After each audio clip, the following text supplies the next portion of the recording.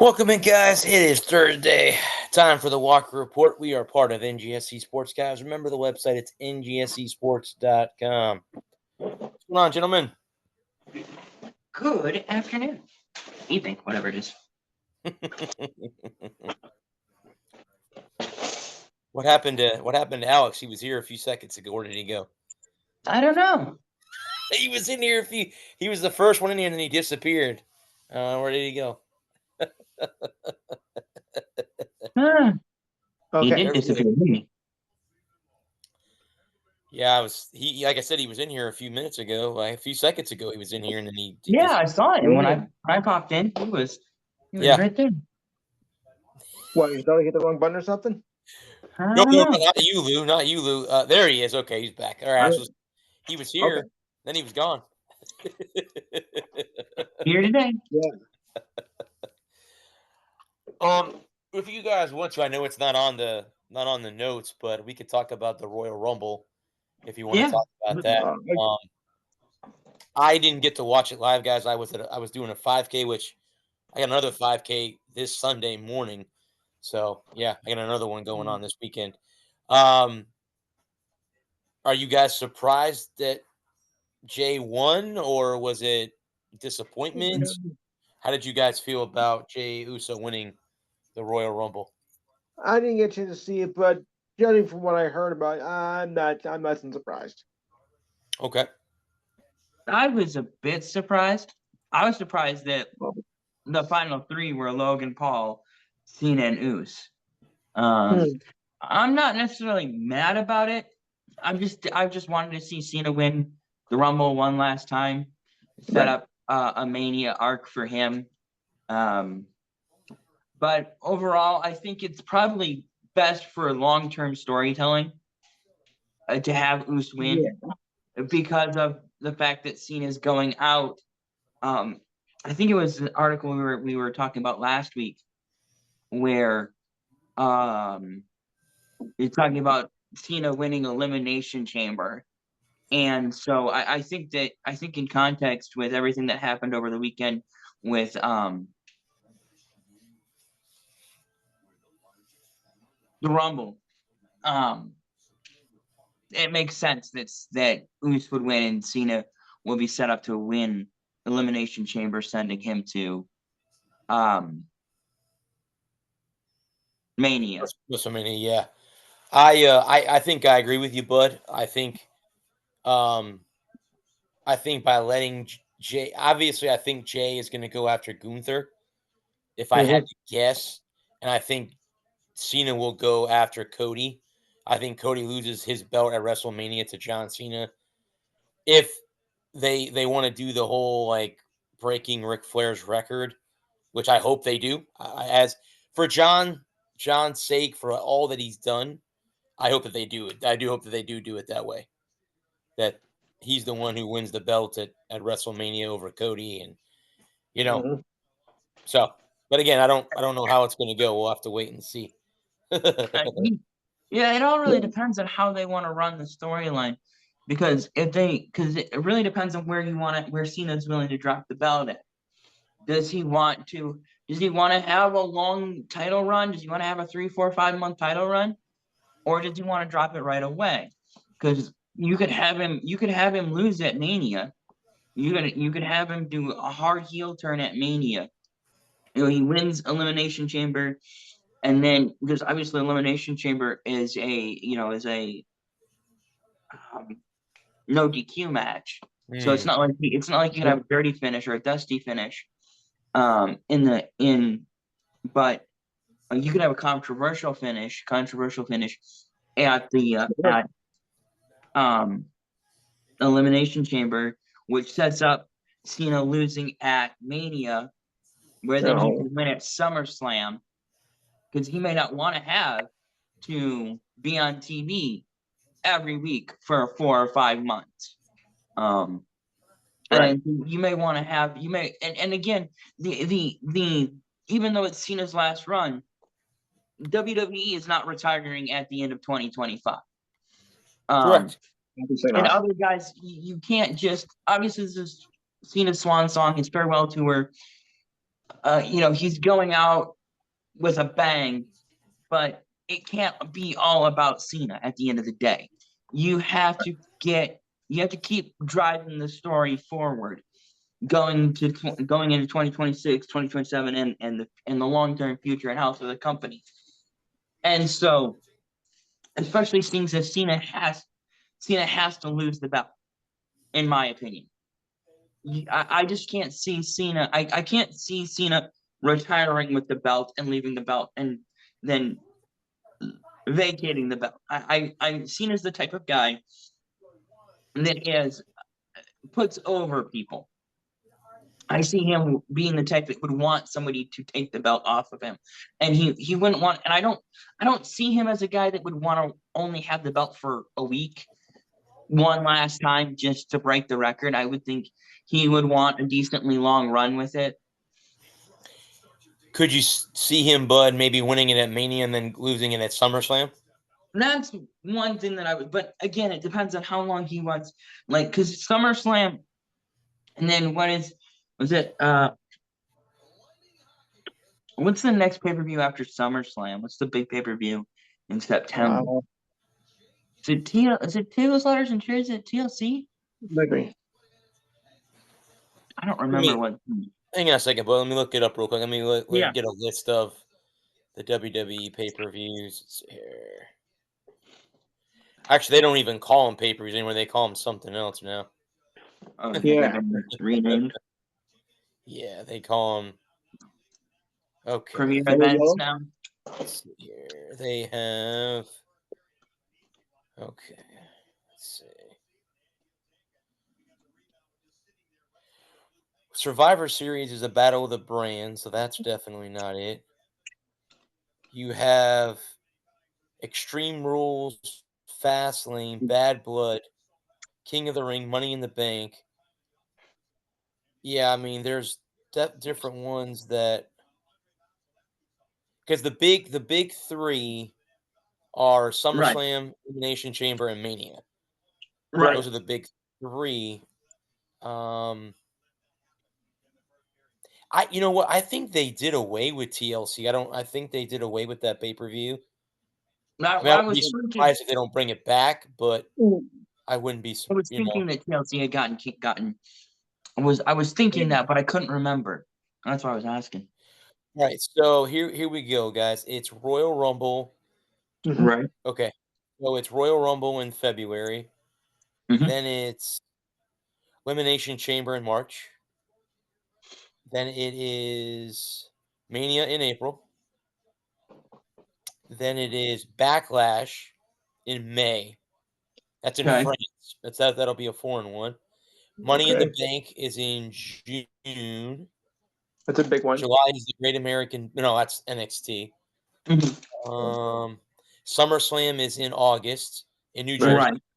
That's in Lou's backyard in New Jersey. And then, well, I'm not talking my backyard. It's a little bit further miles down the road, but it's in the general area. Then you have August 31st. You have Clash in Paris. Like you have Clash at the Castle, and then you have the Crown Jewel in November. Right. War Games is there too, and then that's pretty much it. Because then it goes back to the Royal Rumble. In February. Yeah, in February. So January, beginning of February. Yeah. So it depends on, like you said, but how long he wants to hold the belt for. Yeah, because if he wins the belt at Mania, the next big pay-per-view that he could drop it would be SummerSlam. Yep. And does he really want? Does he? Because you can't. Obviously, you can't win the Money in the Bank. I don't think you have Cena win Money in the Bank, because Money in the Bank builds to the next Mania, right? And that's when is it Money in the Bank is in July, right? Mm-hmm. You just said that, right? So from July to April, in that 9-month period, you don't want to have a guy who's leaving at the end of the year, because he'd have to cash it in somewhere in the end of the year, like at Crown Jewel or at Clash of the Castle, But there was one. Which one's in Jersey this year? That's SummerSlam. SummerSlam. No, I like that. See, I think Cena. I like the idea because he's from Newbury, Massachusetts. It's right Yep. there in his backyard.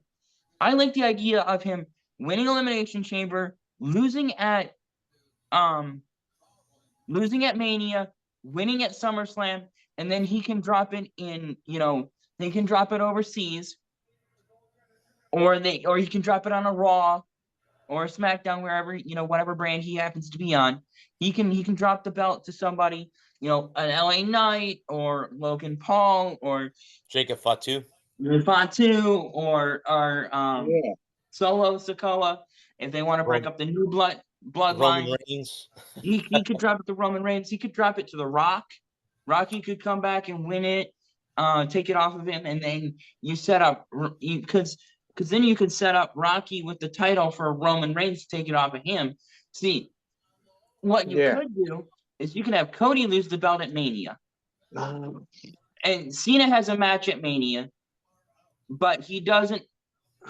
Maybe Orton comes back for Mania, so Cena wrestles Orton at Mania and loses. And then you have Cena, and then you have Cody lose to Kevin Owens. Kevin Owens takes the belt off of Cody. Then Cena takes the belt off of Owens. And then Rocky takes the belt off of Cena. And then that sets up Roman Reigns and Rocky for Mania in 2026. I think that match is going to happen between The Rock and Roman Reigns. I think that's going to happen because it was supposed to happen last year at Mania until Triple H stopped that. So, no, we're going to have Cody finish his story. Well, the fans vetoed that. Yeah. So, but yeah, I think I agree with you, but I think that because Kevin Owens got his ass kicked on Saturday night.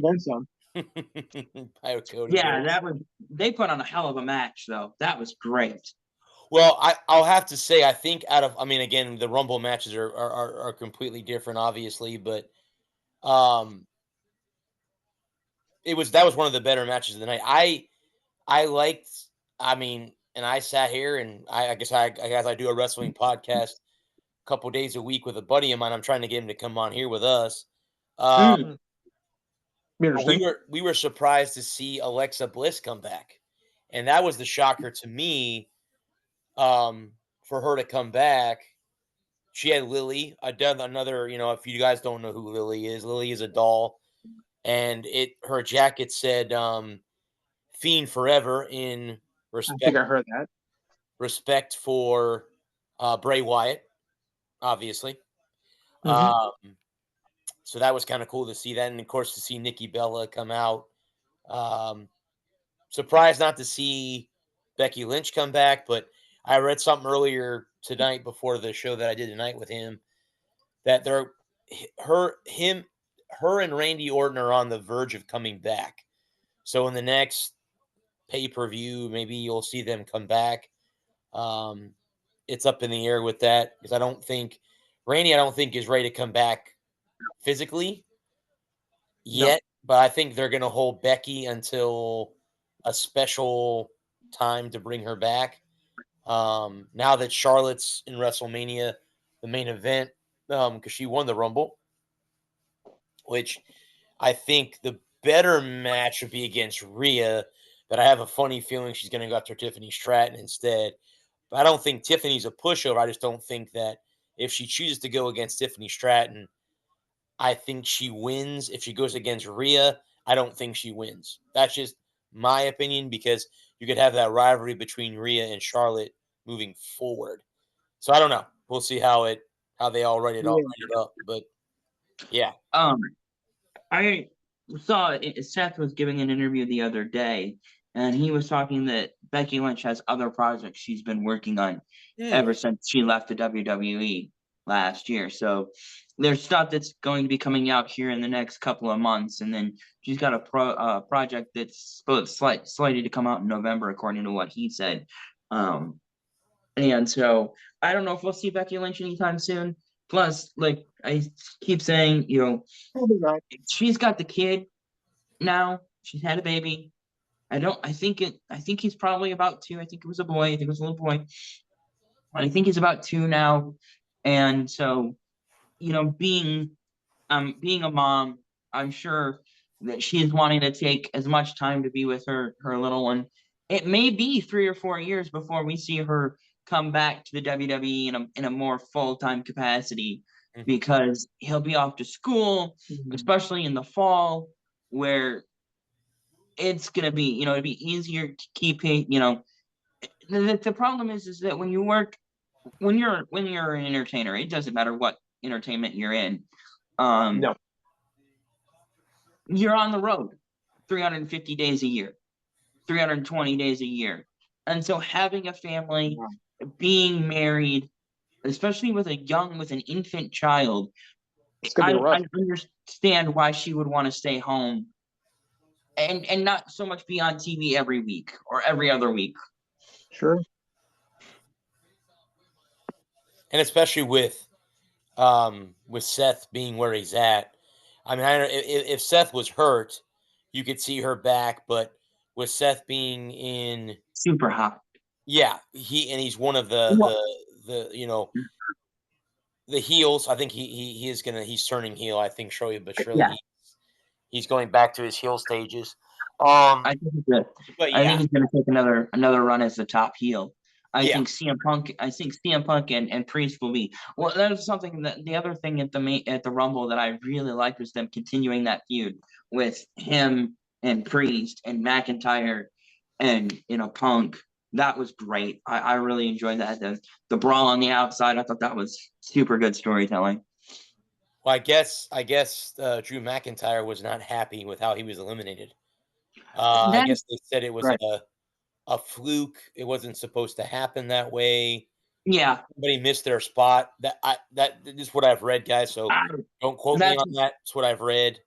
So, but he wasn't happy. He stormed out of the arena, didn't stay for the end of the match. So, again, I'm sure he'll be on Raw on Monday, or is he on SmackDown? I forget what. I can't remember. I think it was last Monday. I don't remember. But Drew is really, really good at blurring the line.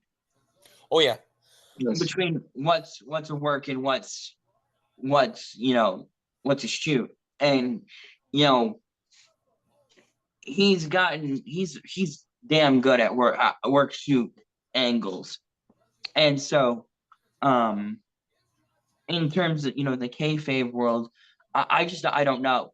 Drew McIntyre is a hard nut to crack, because I don't know what's a work and what's real with him. So no doubt he's got to be in the thick of the title run too, because he's at that point, where he's hot. The fans don't like him, obviously. And he's got a little rivalry with Punk. And obviously he's going to go. And we see, the funny thing is we didn't see Solo Sikoa. So I know McIntyre said too that he wants a shot with Solo. So I don't know if that line's going to work, but I do like the Punk Rollins feud, like you said, Bud, continuing on. He curb stomped Roman Reigns twice. I'm sure that's not going to go over well with the tribal chief. Right. I'm sure that's not going to go over very well. I really don't know why Kevin Owens went after Sami Zayn. That still baffles me on Raw. I don't know why you would go after your friend. That's weird, but Cody, not Cody, sorry, Kevin. Kevin has turned. He's just an asshole. Yeah. Yeah. Exactly. He's a bad guy. He's a bad guy. I think it's good for TV.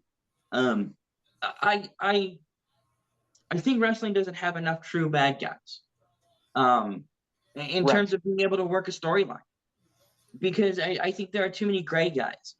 You know, true heels are hard to make in modern wrestling because fans have become, like back in the 80s, like there were clearly defined good guys, clearly defined bad guys. And then, throughout the 90s, that was a process of a gradual evolution. And then you get into the Attitude Era, guys like Stone Cold and Taker and Rocky were kind of these neither good nor bad guys, kind of just do whatever was necessary to get the job done, to get the win. Mhm.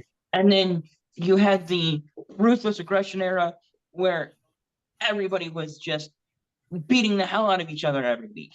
Guys like Cena and Edge and Lesnar. And then you had the PG era where everybody was kind of tame and nice and then you have the McMahon era from the post PG pre H era that was just so watered down it was unwatchable.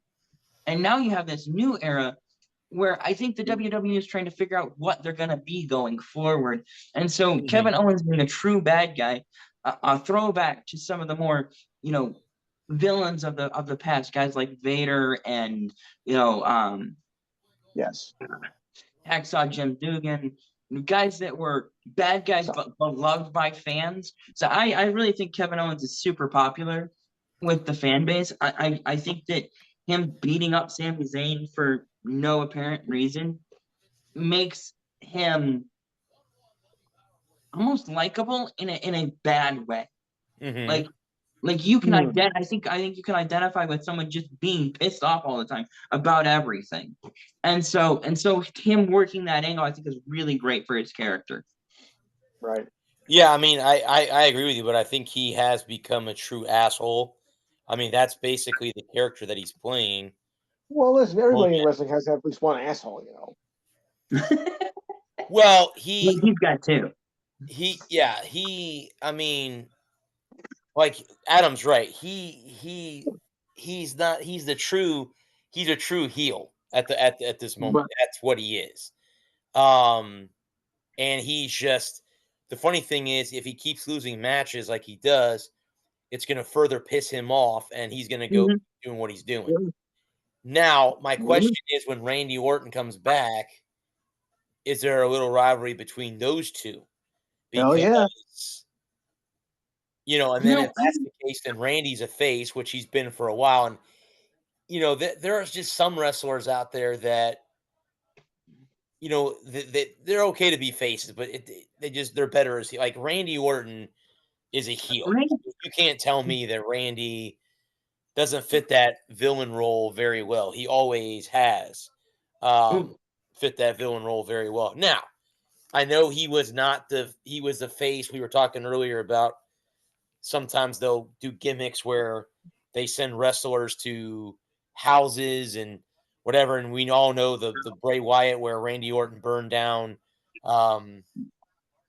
what is it? I forget what the heck they called the Wyatts called that. House. Yeah, thank you. And they burnt Randy burned it down. So stuff Well, like that. Randy's always been really good at being a face heel. Correct. Yeah, And I like that. I like that. But yeah, yep. really, really popular as a heel, but really a really popular heel, a face heel, a guy that's super beloved, but is bad, but not bad like Kevin Owens, where he's just a bad guy. Randy Orton is the kind of guy that was a do whatever it takes to win kind of guy. If he could win clean, so be it. He'll win clean. But if he needed to pull out a weapon or if he needed a ref bump or he needed interference, he had a handful of guys, especially in his Evolution days. He could always call on Cody and Ted DiBiase Jr. to interfere in his matches so that he could pick up a win. Randy Orton has always been really good as working as a heel face. And so I think he could come back and he could work a storyline with Owens. He could work a run with Cena again. One thing I will say, and then we can move on. because we haven't heard from Alex at all yet tonight. It's all good. is Keep going, that- man. Good wrestling Oh, talk. Go okay. for it. He's here. I think. Did I lose your audio? I'm all set. I'm listening in. Are you? Yeah, we hear you.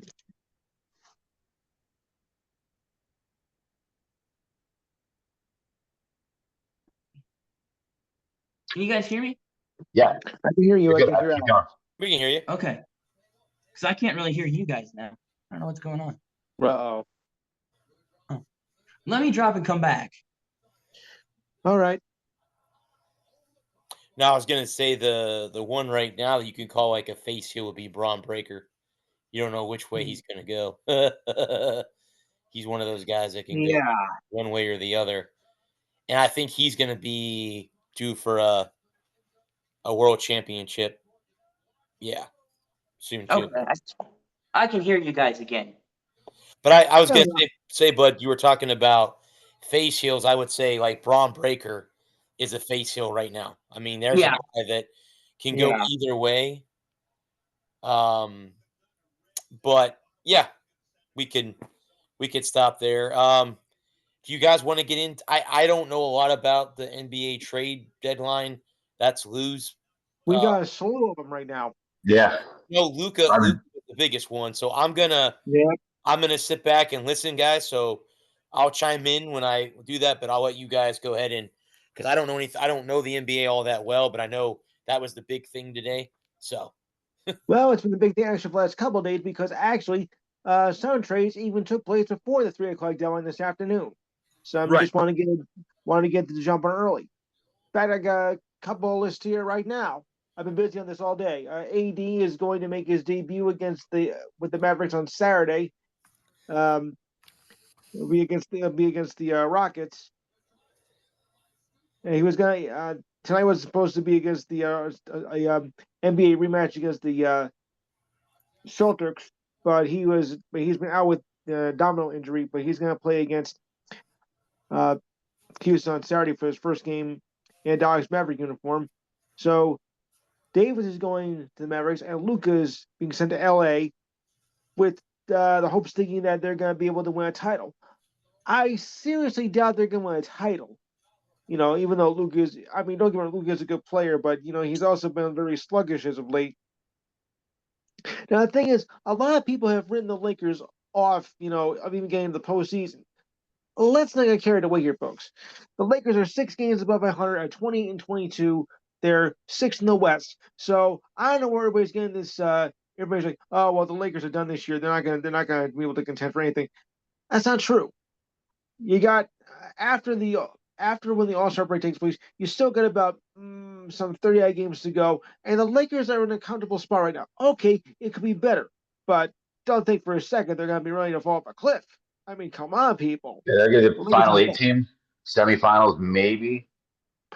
Thunder will roll them up and smoke them. I mean, they're on another level. I mean, Denver. LA needs more help. I think it kind of ties in what we talked about last week. Ratings, marketing.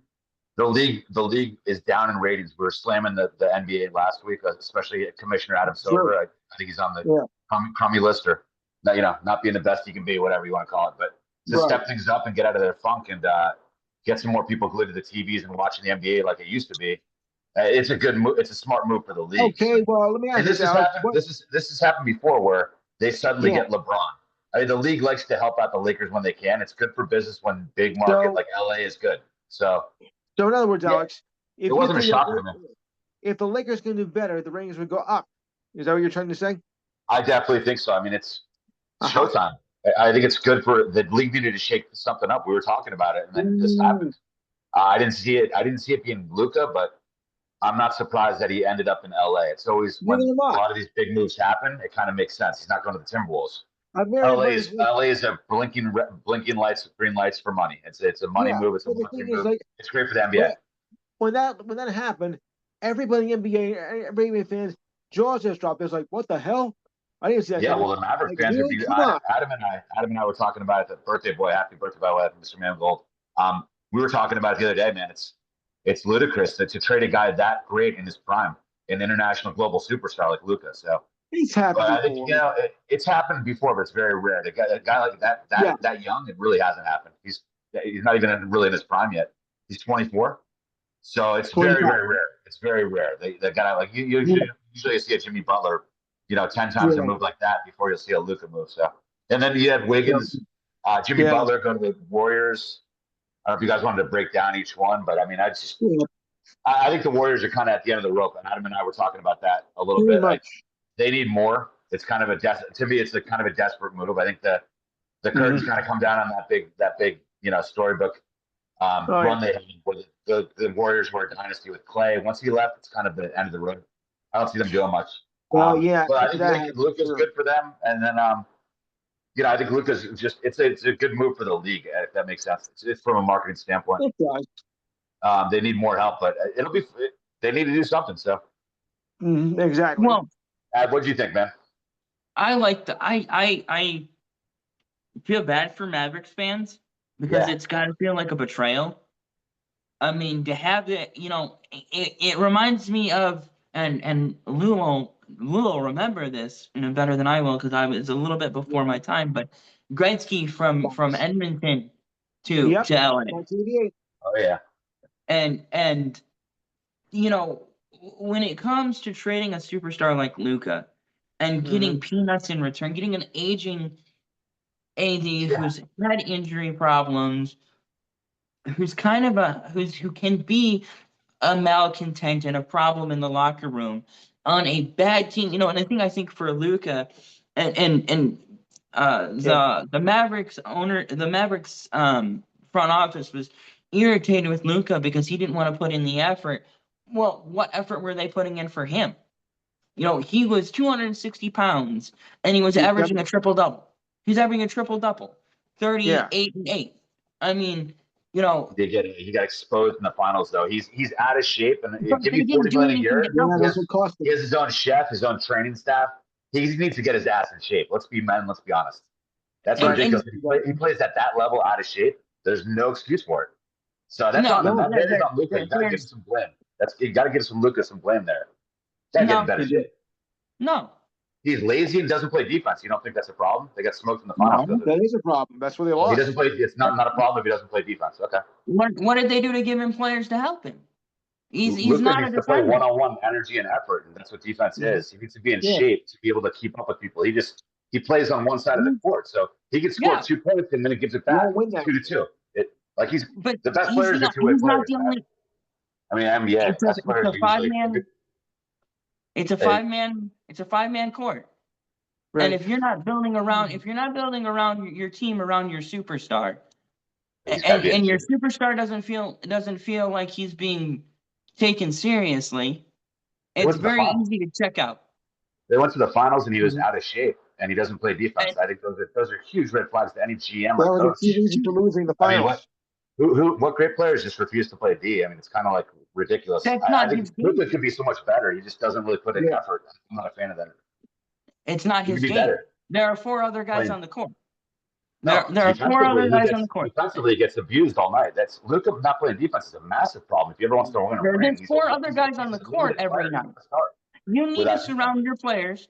You need to, as the GM, it is your responsibility to put the best team you can on the court. And if you're not going to surround your superstar, with guys who can do the job that he can't do, that is not, in a position, it's exactly like it's a burner receiver and not giving him a possession guy on the other side.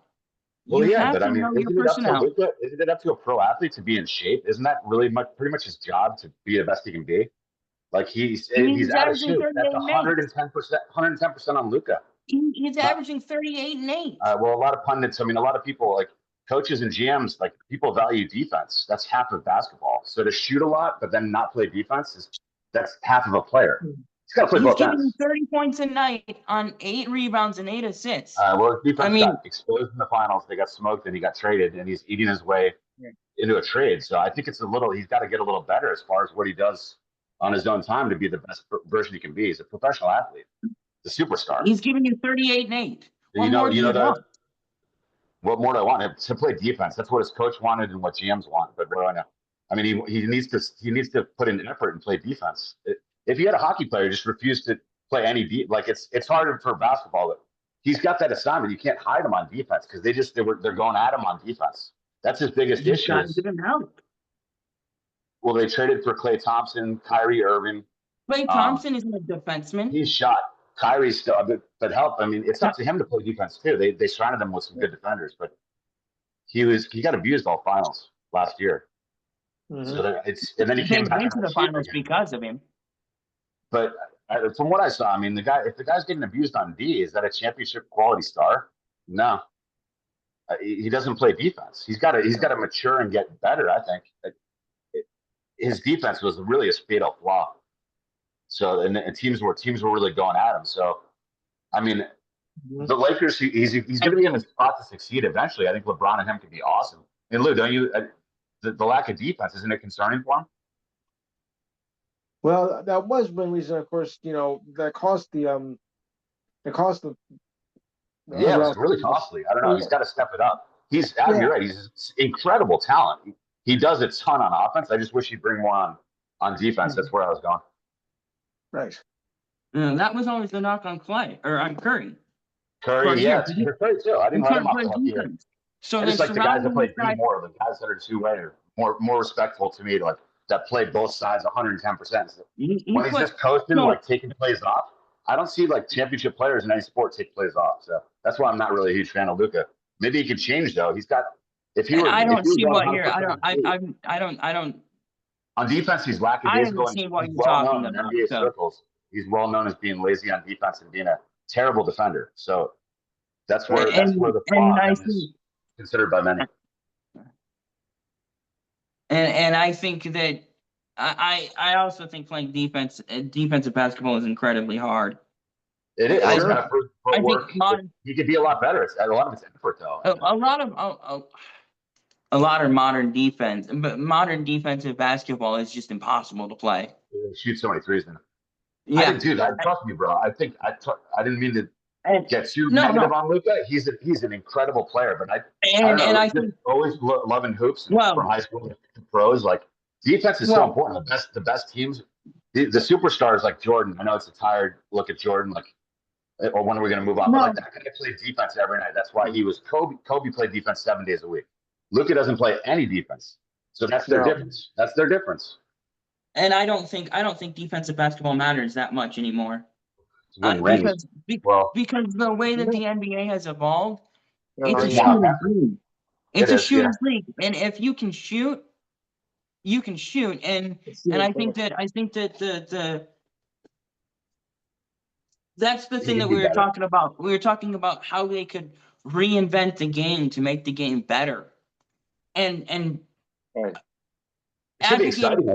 But what I was thinking about after we got off the air was that for 20 years, I heard they need to open the game up. They need to open the floor up. They need to let them play. We need more scoring. We need more scoring because people were complaining about the fact that the games were all in the 70s and high 70s, low 80s, 83, 79, 75, 74.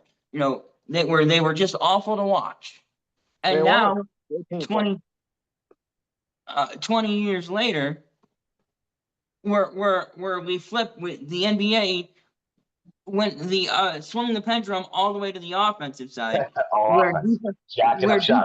where defensive basketball doesn't matter as much, where it doesn't matter if you can run the court and get back on defense. If you can shoot, you can shoot. And you look at the top teams in the league, and they're all 50, 60, 70% shooting teams. And so defensive basketball isn't as big of and because of the way the rules are written, if you try to play defensive basketball, everything's getting called. And now the league has the opposite problem, where the league is too offensive, where there's too much scoring, where nobody wants to watch a 149, 141 basketball game. And so, the two best records in the league are the two top defensive teams. Yes. Thunder, Cavaliers. They're blowing their opponents out. There's an emphasis. The what? Yeah, oh yeah, they're wrecking people. But yeah, they play on D and it feeds their offense. Their fast break transition. I think to me, in summary, for me, Luka, I mean, he just doesn't put in effort on D. So I'm just really not a fan of that aspect of his game. And they're really good players. They play both sides. So you got to bring a little bit of effort. That's Luka could be. He's an incredible talent. One of the best all-time offensive players. I wish he'd put some more effort, get in better shape. But that's only going to make him a better player. And maybe he can get LA to the championship. Because I mean, Dallas in the finals last year, man, he was out of breath. You don't see a hockey player just kind of coasting. Those guys are getting on and off the ice. Like he has to be in his best shape to be the best Luka can be. That's to me. And it depends on the player. Not every forward is good on the back check. And that's why you have four. The difference between hockey and basketball. Do that in basketball every play. It's not continuous. There's stoppage. So there's no way to counteract the fact that he gets abused and exposed on defense. Yeah. He's different from the other star players in the league. That's just Steph Curry doesn't play D either, but he has like 4 rings, so that's a little. It's tough to gauge, but I haven't seen an NBA star ever just be totally out of shape and be a megastar like him. He could be even better if he got in shape on both sides, I think. And I think you're out of shape as an athlete. You could be a 19-year-old just running cross country. If you're not in your best shape, you're not your best athlete. So Luka's not his best Luka. He could be better. That's not acceptable for him and not give it up his all. That's pretty standard, I think. Got to get better on D. Just better shape. Yeah. And I think I think there's a difference between 46. Is that 110 to 230? And out of shape is a relative term, because there's a massive difference between fit and fat. And he's averaging look at him and watch him play. It's like, okay, if you know sports and know athletes and been around him, like if he's like sloppy and just jogging back and laughing, and that's not it. There's no excuse for that. There's no excuse for it if you're like into sports. Like if you're not giving it your all and you're getting paid that money to be a Laker or a Madrid what the hell are you doing? Boston Celtic, you got to be in your game shape. You're a professional athlete. That's your job. That's your pride. Yeah. That's your tradition of your family, your legacy. Like he's got to man up and get in shape. That's the end of the period for me, for Luka.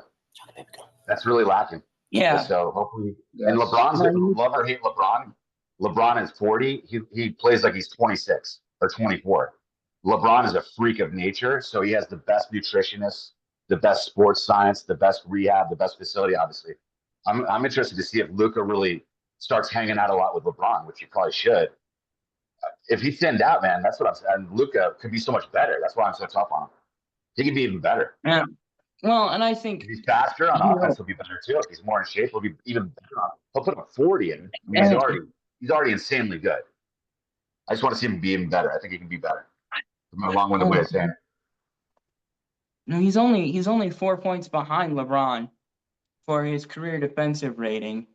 Oh, pretty good. He's better than Joker. And he's averaging about a 110. He's considered one of the worst defenders in the league. So I don't know how. I don't know by who. You watch the final. Yeah. So Luka's in terrible shape. That's what I. And I think shape is relative. I don't. The finals. Why was so many people saying, "Oh my God, Luka's getting destroyed defensively," and now it's like not an issue? I don't. He got smoked in the finals. He needs to improve, or does he want to just not go to the finals again? Like if Luka was underperforming. The Mavericks were terrible. The Mavericks were terrible. They were what, 14? So my stance is Luka's out of shape and he's terrible defensively, and that's. Yeah. And I think so. It's like looking at the numbers, I say he's about average defensively, and I think being out of shape is part of the problem. The part of the problem there is the Mavericks. Him being out of shape is on him in the mirror. You're gonna blame it on the Mavericks being in the shape. At 26 and 25. Team, like if Caleb Williams shows up 300 pounds next year, he's going to blame it on Bears. That's up to Luka. It's up to Luka to get on a better diet. I'm just observing. Like, I've never seen a superstar just lazy and not play defense in any sport. So I don't really. He does play. He plays very competitive defense. I firmly disagree with you on that. A 110 defensive rating is not bad. What rating? What rating is this? I've never heard of a defensive rating. You say he's better than Joker. I don't know what's the stat. Because Luka regarded as like one of the worst defenders in the league. I don't know where you're getting. I don't know. The NBA Finals? Yeah, I don't know what to say, man. He's well known to be really out of shape and lazy on defense. So to me personally, that would be a real red flag when looking at him. Like kind of lazy. That's not synonymous. That doesn't go hand in hand with a championship player. But he's fun to watch. He plays offense. He's fun to watch. I guess. LeBron James' defensive rating in January of 2024 was 112.7 when he was on the floor. Yes. And 111.4 when he was not. Defensive rating is a measure of how many points a player allows per possession. So, and the higher the number, the better. What else we got? We can do with more Luka, LeBron, or what?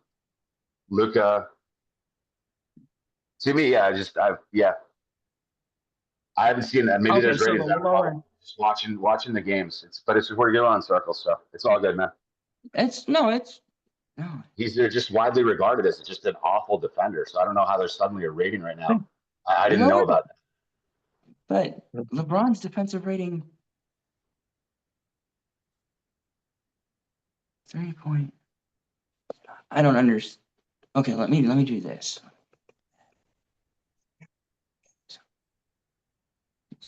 So this year, the lower the number, the better.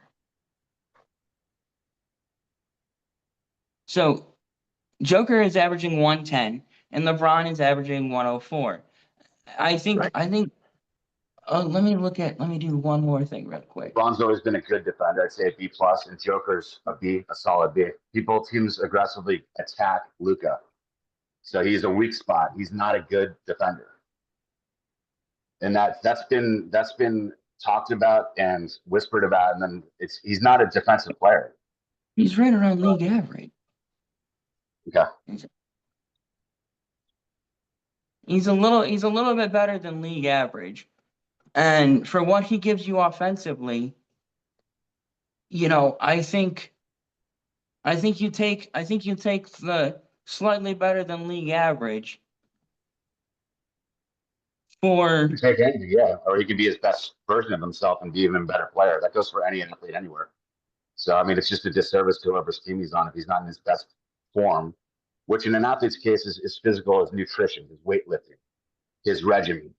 If he's loafing around and there's a big drinking rumor, he eats a ton. I know there's no angel. I'm proof positive, but I'm just saying, like, he's had a lot of his, like, there's been a lot of whispers about how seriously he takes himself as far as being in top physical shape, which is absolutely essential for a professional athlete.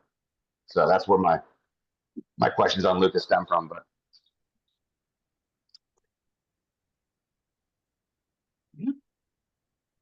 I think he's going to be great in LA. I think the change of scenery. I think the change of scenery, the change of attitude will really help him. I think he was very disillusioned in Dallas.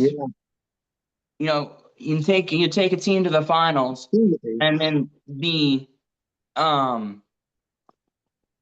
and then the front office doesn't want to do anything with you. I think it's very disheartening. They don't want to build around you and help make the team better. And at a certain point, you get to the point where you just stop caring. We've all been there. Yes. He literally just went to the finals, though. It's like that. He's 24, So you got to ask yourself, why are they so eager to move him? Huh? What else is going on with Luka that we don't know about? Like, there's so many different things that we'll see how he does in LA. That's really the only answer to it for now. Because it's like, that goes to show. I mean, hockey, soccer, lacrosse, basketball, football. If you're in better shape, you're a better player. You're a better version of yourself than if you're out of shape and jogging around a court or a field. So it's like, if he gets in good shape, if he's going to be with LeBron, he could be even better, which is very exciting. So I think it's a good destination for him to like maybe take it more serious with LeBron out there. That's Lou. You think they can really win it all? I mean, I think they can get there, get close. That's a dangerous duo. I wouldn't say they're going to win it all. I mean, that's a little bit far fetched. I mean, will they make the postseason? Of course. Will they? I think maybe they have a chance to reach the conference finals, but that's about it. Yeah. Do you think, Adam? You think they can get like beat a Denver, beat a Oklahoma, the Bron Luka duo? I like it better than Bron AD. Yeah, no, I like that too, dude. And I like Luka. I know I was ripping on him a little, but I just want to see him like getting better. Yeah, and I think Luka's legendary duo. It's going to be incredible to watch. I'm just looking at things real quick, trying to see, and I think that for the continuity of the league, the long-term health of the league, Luka being in LA is better. Yeah, it's a marketing boom. Yeah, totally. And I think NBA's always been a league that kind of does that with like the stars. They'll just suddenly, if someone's moving and it's a star, it's like, oh, he ended up in LA, or KD to Golden State suddenly. Like, there's a funny coincidence with the NBA. Sometimes it's just like, dude, that's an NBA type move. It's like the commissioner's almost like, hey, you guys should get together and maybe make a deal like this happen. Yeah, exactly. Yeah, you got to like critical thinking. Critical thinking, you can see beyond some of these moves. Like, okay, the commissioner probably had a little some in that mix. Well, and I guess from what I heard is that it was all the GM's idea. He wanted to move Luka because he wasn't happy with everything that you were saying, and the rest of the front office was like, WTF, bro. So, I think on the whole, I understand where you're coming from, but I also think that it's really hard. And I've never been a professional athlete, where everything you do is around the game you play. And so I think it's easy to sit back here on our sofas and be it's really easy to be hypercritical of guys and say they're out of shape or they don't care anymore. And that's just the one player I really want to support. When you've gone to an NBA Finals, when you went to an NBA Finals last year, and you come back this year, and the team isn't better than it was last year, it's really, I think it's really, it's kind of like your sales job. If you were a top 5 sales team last year, and you heard all off season how you suck, you're the worst salesman, you can't, you couldn't sell ice to Eskimos. Or ice to, you couldn't sell cold water to deserts, deserted island survivors. Yeah. And then you come into this sales season and you're performing as good as you've ever performed, and everybody goes, well, you're fat. Your sales suck. And you're still selling like you always sell. And if you're performing like you always perform, it's really easy. It's really easy to just check out. He's been on a couple times on the injured list too this year, though. There's still like he's had a lot of times where he just randomly can't play for 3 weeks. It's super easy to check out. There's a lot of stuff going on with him. He's had injuries the last couple of years, so he's been like really just ballooning weight wise. Yeah, it's not the best. And I think it's super. I think it's super easy. I think it's super easy to check out. When you feel like management doesn't care, when ownership doesn't care. He's always been a little. We're bigger guys. I know. I sure saw him a bigger guy, but he's always had a little. He's not cut like 98% of the NBA. Like he's got a little loving in the tubbing. Like he needs to lay off the buffet and maybe hit some salads. Like he needs to get in better shape. I think it's really hard when you're still performing. Like if you're at 230 and you're performing super well. and Much you bigger than that go up to 260 and you're performing super well. If you're not seeing any change in your game and you're hearing all the same criticism, it's really hard to internalize the criticism and be like, okay, obviously I've put on a little bit of weight. I'm a little out of shape. If I cut my weight back down to 235 or 240, I'd be a better player. And then you turn around, you look at your numbers, you look at the league averages, you look at your team play, you look at management, how management talks about you, especially out behind closed doors, and you hear all this negativity. Yeah. And I feel like it's super easy to check out. But that's just that can be on the flip side. That could say there's a lot going on behind closed doors. Maybe he's sleeping in and missing team meetings. Maybe he's refusing to adhere to a diet plan. Maybe, and they're saying, wait a second, we're about to pay this guy 300-something million. Maybe we're having second thoughts. I didn't like the deal at all, but like they fell out of love with him, and they're around him every day. So there's something else going on with him. Maybe. I think one guy, the one guy that fell out of love with him is the GM in Dallas. Yeah. And I think the problem is that when you're as good of a player as Luka is, and you're right around league average, and you're dominating offensively, and you're league average defensively, terrible defense. He's known as a terrible defender. But there's some league rating that he's average. Yeah. This is the first time I've ever heard it. I love NBA. I've never heard of that. So I can send you the links. They've been doing it since the 70s. Yeah. Oh yeah, no, he's been called out by analysts, players as being a terrible defender. So. What years? He's a one-way player, so it's more. Can he get out? Can he be the best version of himself in NBA? Because once LeBron leaves, the keys that Kessler has. It's a perfect setup for him to excel in the long run. And it's a marketing score for the league.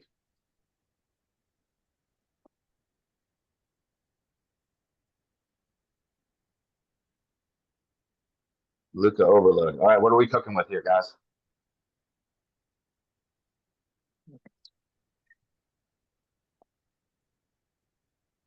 Well, hello. Yeah, I'm still here. What do you think about Jimmy Butler? Yeah, Jimmy Butler. I think it's a move where too little, too late. I think the end of the road's already come. Like you, Adam. We've talked about that before. I think that, no doubt that Warriors had a heck of a run, but all good things come to an end. Butler is an erratic guy too. He misses time. I don't see it really doing too much. I think it's a little too late for the Warriors. But they had a heck of a run. Do you like the move for Miami? Do you like Wiggins better than Butler? Do you think that's good for Miami? Addition by subtraction, just to get the ego and get the chemistry issues out of Miami. They weren't really going anywhere, so it's you're only going to get pennies on the dollar when a whole world knows that a star player wants to be moved. So coming into the trade deadline, they're their hands are tied. Let's just get rid of them. Yeah. Well, we got a couple of young guys, but they're not really. Just get him out of the building. And for me, you guys remember Butler, especially. I mean, old school. He's been one of the toughest, most reputable players. Pretty hardworking guy. Butler's just kind of, I don't know what's going on with him, but he wanted out of Miami. So, you think he can do well in Golden State?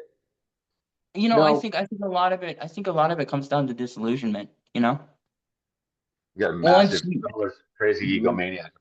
Where I think that's why he moves teams a lot.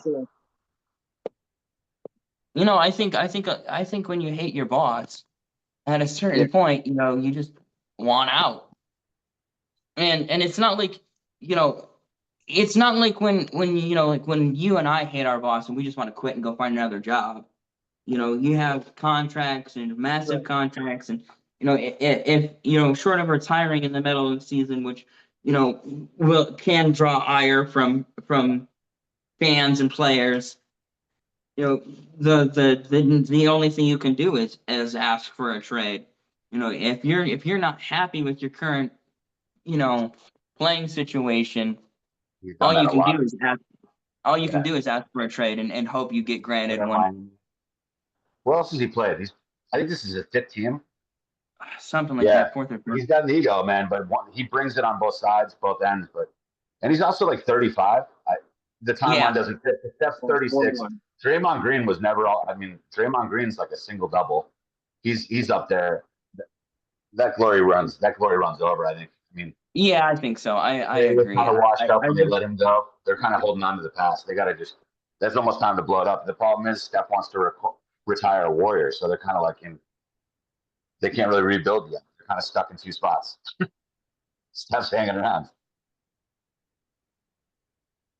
Should make it better, but not a championship team, I don't think. No, I think they'll be. I think they can compete for that 9th place. In that playing game, but because they're 25-25 this year. No, and we haven't hit the All-Star break yet, but not the week. Right.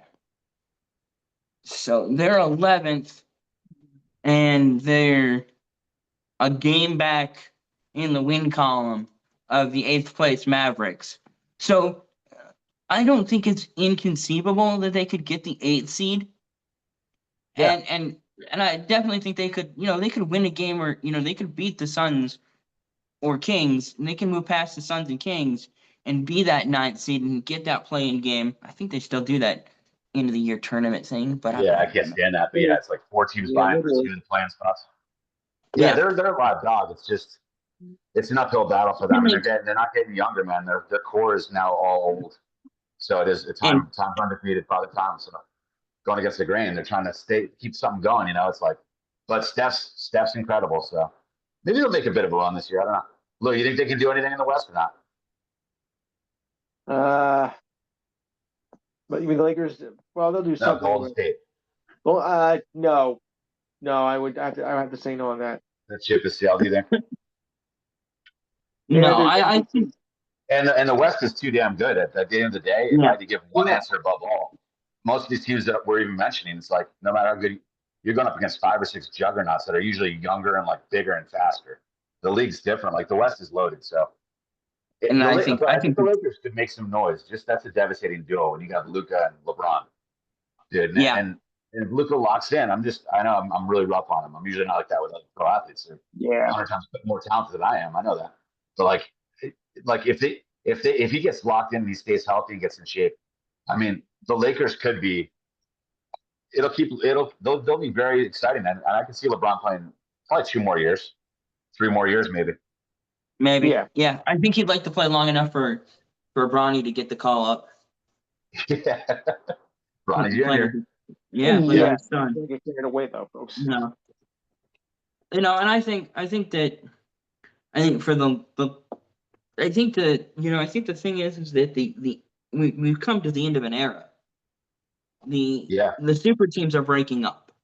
You're not seeing 3 or 4 superstars being brought together on one team anymore. It's going back to the way it was in the early 2010s, where you had 2 big guys and then a cast of characters around you, 3 or 4 guys that were going to play 20-25 minutes each, and you're going to have 6, 7, 8-man rotations. You're going to have an 8-man rotation coming off the bench, and I think we'll see that come back over the next 4 or 5 years. It should be fun. And I just don't know where it goes from there. We'll see, man. It's some good young teams coming up, so we'll see. But I think that with this trade deadline and the ratings so down, the more I thought of it, I was like, oh, look, well, it just makes too much sense if you're an NBA person. It's like the league loves the fact that he's in LA now. Yeah, for sure. It's a profitable trade for a lot of big people that run a lot of things. They weren't stepping in to nix that trade. They're like, no, do that yesterday. Go for it. There's no trade acceptor. It's not like Madden even. They're just like automatically they approved it. Yeah. What else we got? CP3 trade from a couple of years ago. CP3 just never dies. He's gonna play till he's 90, everlasting. Yeah, no.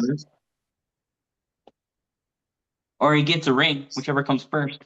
Yeah, he's one of those guys. No matter how good he was, sometimes Guys just won't win a ring. Marino or Barkley, there's certain players, no matter how good they are.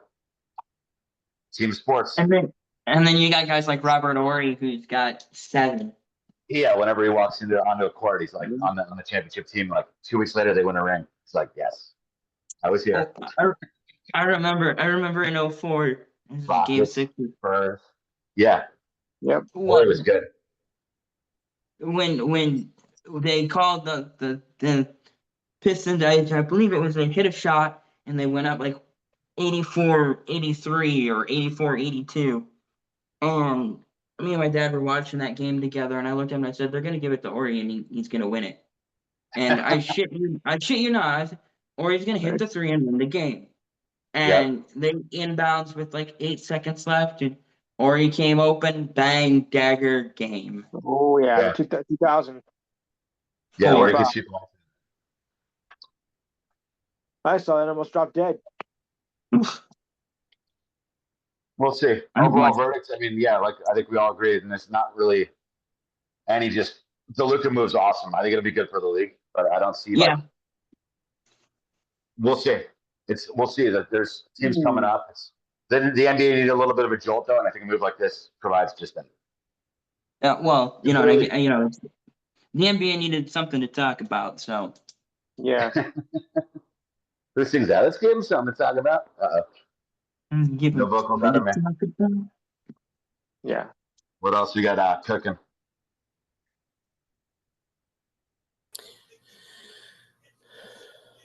Well, there is a very, very important football game on Sunday. Yeah, I think so. I'm at the line today. The line's only 1 for Kansas City. They're only a 1-point favorite. I think that's what I saw. 1.5. Yeah. It's still it's right there. We're up by now. Is it 1.5? Yeah, last check. Yeah, and I'm seeing. I go on covers.com for I do some FanDuel stuff, and I did the Hard Rock when I was out there, Brad. They just a little bit, nothing too crazy, but so I'm looking at that stuff, and it looks like 55% on the Eagles. I'm not overly confident at all. You guys know that it's going to be a heck of a game. They have to play awesome to win, but there's a lot of people. There's a good number of people taking the Eagles. I don't know. We should do some definitely. We're going to talk about the predictions. What do you, Brad? You want me to just ask? What are you guys thinking? Prediction wise, do you guys want to cover that quick? Why not? I mean, it's we spend the rest of the show on the Super Bowl. If you ask me, I'm all right with that. I just don't want to cheese it. I don't want to be like Mr. Bias, raving about the Eagle. I wanted to, No, that's your team, bro. We normally when during the heyday of the football season, the last hour we spend that first half hour talking about college, then the NFL. Right. So it's fine to end the show on a college football, on NFL. So yeah, go right ahead. That's no big deal. No big deal. This is just Super Bowl, bro. I mean, cheese it up. I think it's weird, man. I get a little bit of too much cheerleader style. Even on something as silly as Facebook, I'm not posting that much this week. I was gonna post something, but then I'm thinking it's gonna haunt me. It's like I'm looking at a bad High School Musical, getting really worried about what people are gonna think about. Instead of so I'm just I'm almost. The 2 weeks also is really long. I don't know if it's just because I'm a little bit crazy for sure, but for me, it's it's too much hype. And then, frankly, I mean, there's a lot of pressure. There's a lot of critics, rightfully so. Hurts is not. He wants to be in that conversation. He's not. So it's he has to win this. There's a lot at stake for him. They've done it before. Andy Reid, Mahomes is a magician. He's like a Michael Jordan. So I'm just kind of I'm excited they're there. I'm not having nightmares, but I'm just it's such a basic thing. You guys all know this already. It's elementary, but it's gonna. Let's make sure the refs are good. We don't want any crazy call with 2 minutes left for a Chiefs or an Eagles first half. Let the guys who worked their butts off so long their whole lives to get here, let them decide the game, not the ref. And then just maybe unless Barkley blows a knee, or we don't want to see Mahomes break his leg, the injuries. I feel good if there's no Barkley fumble with 8 minutes left or some crazy. If it goes I think it should go if the Eagles just play smart, and I see it coming down to I think they can win by a field goal, but all that has to happen. It's and the Chiefs tend to get those breaks. They tend to have the great play calling. They get a couple calls. They have Mahomes the magician. So, I mean, they got to build it. They got to build a really good lead. I think, unfortunately, it's just the way it is. You saw it back in the day with Brady. You're never safe. Like they got to, I think, get up 14 or 17 somehow, anytime. But I mean, heading into the fourth, they need a cushion. And then they do have the defense this time around. They've gone defense heavy on both lines. They really have they're the number one ranked defense right now, and they're the youngest defense. So I'm not trying to toot that, but like I think that's big time for this spot. But they're young. Mm-hmm. So like a Cooper DeJean, the Eagles are starting like 6 or 7 guys that are in their first or second year on defense. So think about that. They're coming right out of college playing against Mahomes and Kelsey with, there's a lot of pressure on these young guys. So I think the Eagles will win a close one, barring those, the fumble, the injury. I have them winning a close one, and Hurts getting some credit. And we already know Mahomes is the man, but I think the Eagles. I think the Chiefs more than the Eagles being ready. I think the Chiefs are ready to lose one. So that's my take right there. I do too. I think it's a good combination. It's kind of like the Eagles are there for revenge. They're better. They're mad. They got broken last time, heartbroken. It's like it would be a good redemption story, but then you have the Chiefs going to win 3 in a row. So it's mind numbing. I didn't want to post about it because then I just start rambling like I did just now. So that's my 2 cents times 100. What's that? $2, $4? I was never good at math. It's a good thing to say in a math show. I'll go ahead and take the other side. Yeah, man. I'll be the resident Chiefs fan for tonight. Of course. We went ahead and have some Luka bit. It's all good. All's love. Yeah. All's love. All's love, bro. Sports radio. Yeah, we can't get along on every topic. That's ridiculous. They're all good viewpoints. Good angles. Yeah, of course. It's just been lay out our arguments and then. You think it's Reed and Mahomes, or you think Hurts gets kind of like that redemption, proves that he's kind of great like that? I think it comes down to Barkley. Yeah, I think if Barkley can roll, I like what you were saying about the defense. I think the defense is primed to step up.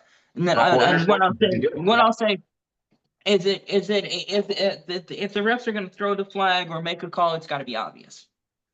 If it's the problem, the problem is that no matter what gray area, every NFL game has a gray area call, a call that could go easily one way or the other, and if Kansas City gets 2 or 3 of those gray area calls, where it could go one way or the other, and Kansas City wins by 3 or less, for the next 6 months, we're gonna have to hear until they kick it off again in September. We're gonna hear about how the NFL is rigged and how it's fake and how it's blah blah blah blah blah blah blah. Right. And so at the end of the day, I'm hoping it's a blowout win one way or the other. Honestly, I just hope one. Just to shut everybody up, is it's a blowout win one way or the other, and it doesn't come down to a last-second field goal where an official has to make a call one way or the other that ends up influencing the game. Just a blowout. Just somebody spilled milk, but you nailed it. And that brings you back to like 2 years ago when in this matchup. Remember, it was like a minute left. It was like 3rd and 11, and Mahomes just throws it up, and the guy literally, James Bradbury, got cut. His career ruined over it. Like literally brushed into him a little bit. It wasn't ripping the jersey. It was a little bit of a. That's like in the backyard or something. If that happens, that wasn't an egregious penalty. You don't throw those types of flags. They can't do that. The thing is he grabbed and turned, and if you grab and turn, you're going to get the flag. It's unfortunate, but that's how they were called. That's how they called it for the last 15 years, and I think that if he doesn't grab and turn him, and the thing of that, Philly was out of timeouts. There was a minute and a half left. Yeah. And he grabbed and turned. So it's gonna get the flag. Unfortunately, it was 3rd and 11. It made it 1st and goal. Or 1st and 10. I think it was 1st and goal. I think it made it 1st and goal, and then they run out the clock and kick the game-winning field goal. And unfortunately, the Eagles didn't have a chance to get back out on the field on offense. So I just hope that it doesn't come down to something stupid where I have to sit here for the next 6 months and listen to all these people who have no intentions of going to the league office to apply to be an NFL official. I think the quickest or the easiest, the most logical way to think about it, getting to where you're suggesting it goes with one team getting up. We've seen the Eagles with the momentum; they've got serious energy. If they go up 21-zip and then they're blitzing Mahomes or terrorizing Mahomes in whatever fashion, they got a lot of looks now on defense. Like if it does get into a 10 or 14 or 17 or 21 point win, I think it would go the Eagles' way because the Chiefs just aren't blowing at anyone. They're really not too much. The Eagles, it seems like they have more firepower to blow something up, whereas if it's close, it's probably going the Chiefs. Because then you're coming down to Andy Reid and Mahomes with 5 minutes left. That's the biggest edge. That's the biggest edge. The Eagles win, they got to win by like 10. As weird as that, they have to. That's Mahomes' comeback. It's like it happens too often. Again, and like I said, well, Brad's heard me say this 1,000 times. Is don't let the officials, don't let it come down to the officials. No, right. Just outplay. Just win between the lines. That's the key right there. I don't want any tummy calls, and I hate even mentioning that call because Adam, you're just as right as I am, possibly right. Like it's a grab and hold, like a changing motion. You can call it. So you don't want to put your fate into the hands of the officials. Just play so well that you're up 17, and if they flag you for a PI, then you're up 10. Yeah, it's not tied. Like just get ahead. They have to play from ahead. I mean, I don't know. It's like you got to play a perfect game. I hate to say that, but what do you think for a prediction? Are you going which way?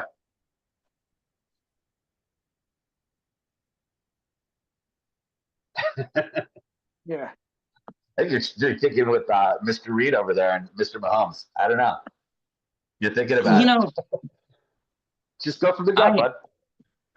Yeah. Not breaking my heart, dude. I'm always heartbroken being an Eagles fan. I'm used to the pain. Yeah. Some glory, a lot of pain. At least you have a ring in this century. You're due for one without all those injuries, bud. That'll happen probably next year. They fall in here, maybe. Yeah. I do as well. That's not gonna happen now. What do you guys think for the scores? I'm gonna go just like my overall prediction would be like 31-28. Another, I know it's cliche, but like a nail biter. 30, like a field goal game at the end. The Eagles take it. That was my exact score, but the other way. 35-28 Eagles. It's gonna go down to the wire. I really have a feeling. What do you think? 35-28 Eagles. Wow, Lou's rolling with the game green, Lou. I love you like a brother. That's awesome. And that's coming from a Cowboys fan. That's bold. Yeah, that's big time. That's big time. We've had our squabbles. We all go back and forth. Cowboys, Eagles. Your lines are due. We'll be talking plenty about the Red Sox soon enough with Brad. Brad, what do you think, man? We're all eager to hear. What do you think about the game overall?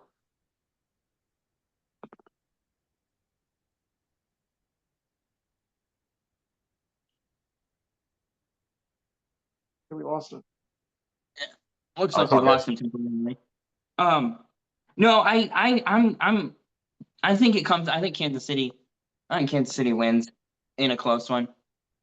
I think I like the line at 1.5. I think it's a super close. I just want a competitive game. Honestly, at the end of the day, I want it to be one of the best Super Bowls ever. I'd like a close defensive offensive battle where both teams make plays on both sides of the ball. Yeah. I think all three phases of the game are going to be important. And this is like another reason I didn't, not to sound vain or corny, but even with Facebook, I'm usually more rah. I'm quiet and reserved on there. Like I'm not on Twitter as it is X whatever, but I'm just I'm quietly optimistic. I'm not running my mouth at all because if they lose again, the same matchup 0-2, then it's like I'm not going to want to talk about it. People definitely aren't going to want to hear it. It's already enough Eagles trash talking. I'm not gonna add to it, So it's like, let's put up or shut up. Enough with the talk. They have to walk the walk. You don't want to go 0-2 twice in 3 years. It's like you don't deserve another invite back for half a decade. If they lose this, no one wants to see them there. I'll be pissed. So it's like, just take care of business and then we'll talk. I'm just quietly laying in the woods right now, watching what's going to happen. Yeah, absolutely. Don't get overconfident. Don't run your mouth. I'm not going to post pictures of the Eagles O-line or Barkley again. It's just like, let's see it. When they win, we'll put up a nice little thing. Yeah, no, I totally 100% agree. Understand where you're coming from. And like you said before, Adam, you always call a good game defense like coordination style. You always have good strategies. Don't blitz them. They can get home with 4. They can get there with 4, and then just drop them. Well, good secondary, those guys. A couple interceptions, maybe. I like my strategy from 2 weeks ago against Washington. Yep. Come early. Yeah. See if you can get home. Because if you can get home early with pressure, then you can back out of that pressure, and you can give them. You want to give them 3 or 4 or 5 looks in those first 15, 20 plays. Oh yeah, mix it up. If you get home with 6, if you can get him off his spot, the difference is that Patrick Mahomes isn't a rookie quarterback. He's seasoned veteran, been there, done that, 3-time Super Bowl champion, back-to-back Super Bowl champion. Andy Reid's a 3-time Super Bowl champion, back-to-back Super Bowl champion, the winningest coach in Eagles history. Makes it just another. I just want to play the game and just be done with the game just as quickly as they play. I want it to be just get through it. 2 weeks, it's just maddening to me. I hate the 2 weeks. I'm just sitting here. I'm emotionally dead to it, and it hasn't even played yet. And it's so much coverage. It's so much nothing. It's so much nothing. Friday or Saturday, and I'm burned out. 3 days. So I'm just sitting quietly, just waiting to see what happens. Well, I think the problem is just there's so much nothing to say. By Tuesday after championship weekend, by Tuesday afternoon, everything there interesting to say has been said. You know, and now we've got 11 days of TV, radio, and internet to fill with Super Bowl talk. And the Pro Bowl is a joke. So it's not like we can have. There's no reason to even talk about the Pro Bowl. It's dumb. Playing flag football in sweatpants, which is fun, but it's like it's not. We don't really need to tune in for it. No, it's completely missable. You tell me about it. I don't have to watch it myself. It's completely missable. Avoid it at all costs. Completely non-watchable. Yeah, it's completely missable. And now the Super Bowl is there's 5 hours of pregame before the Super Bowl. 3,000 commercials. Yeah. And then I don't know if you follow Bill Burr or not. You're a little bit, yeah. You're a Northeast guy, so he's probably right up your alley. But I like what he was saying about the Super Bowl party. Like, I can't go to a Super Bowl party because it's not about the Super Bowl. It's about everyone else being. I went, so it would have been 2019 or 2020. It was 2019. It was the Chiefs Niners Super Bowl. It was the Jimmy G Super Bowl. And I went to the cigar shop to watch the game. And the boys brought their wives. And the wives were drinking wine and gossiping through the game. And I was like, oh my God, shut up. I'm watching solo. Nothing, no blitz or anything. Just watch it. But again, it's almost so much it's annoying. Like it's hard to describe.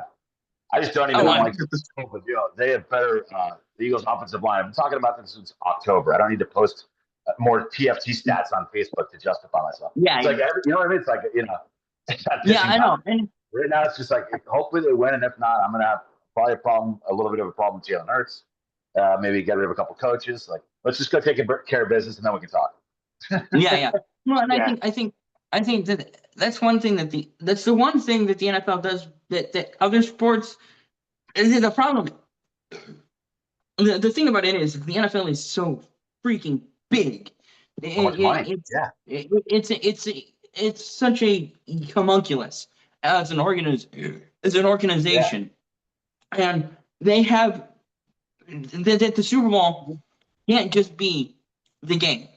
Welcome back, Bradley. Can I get my 2 cents real quick? Yeah, absolutely. We tried to hold the air for you, but then we had to fill. Yes. Here's my whole opinion on Sunday's game. There are people that don't want to see Kansas City win, and they don't want to see Philadelphia win because of the fan base in Philadelphia. There is to the wall. It's a rock and a hard place, but that's the way it is. No one wants to see another dynasty like we had with the Patriots, and no one wants to see the Eagles win because, like I said, the fan base in Philadelphia is not the greatest. You can say that again. They are horrible. Again, they're the worst fan base of all.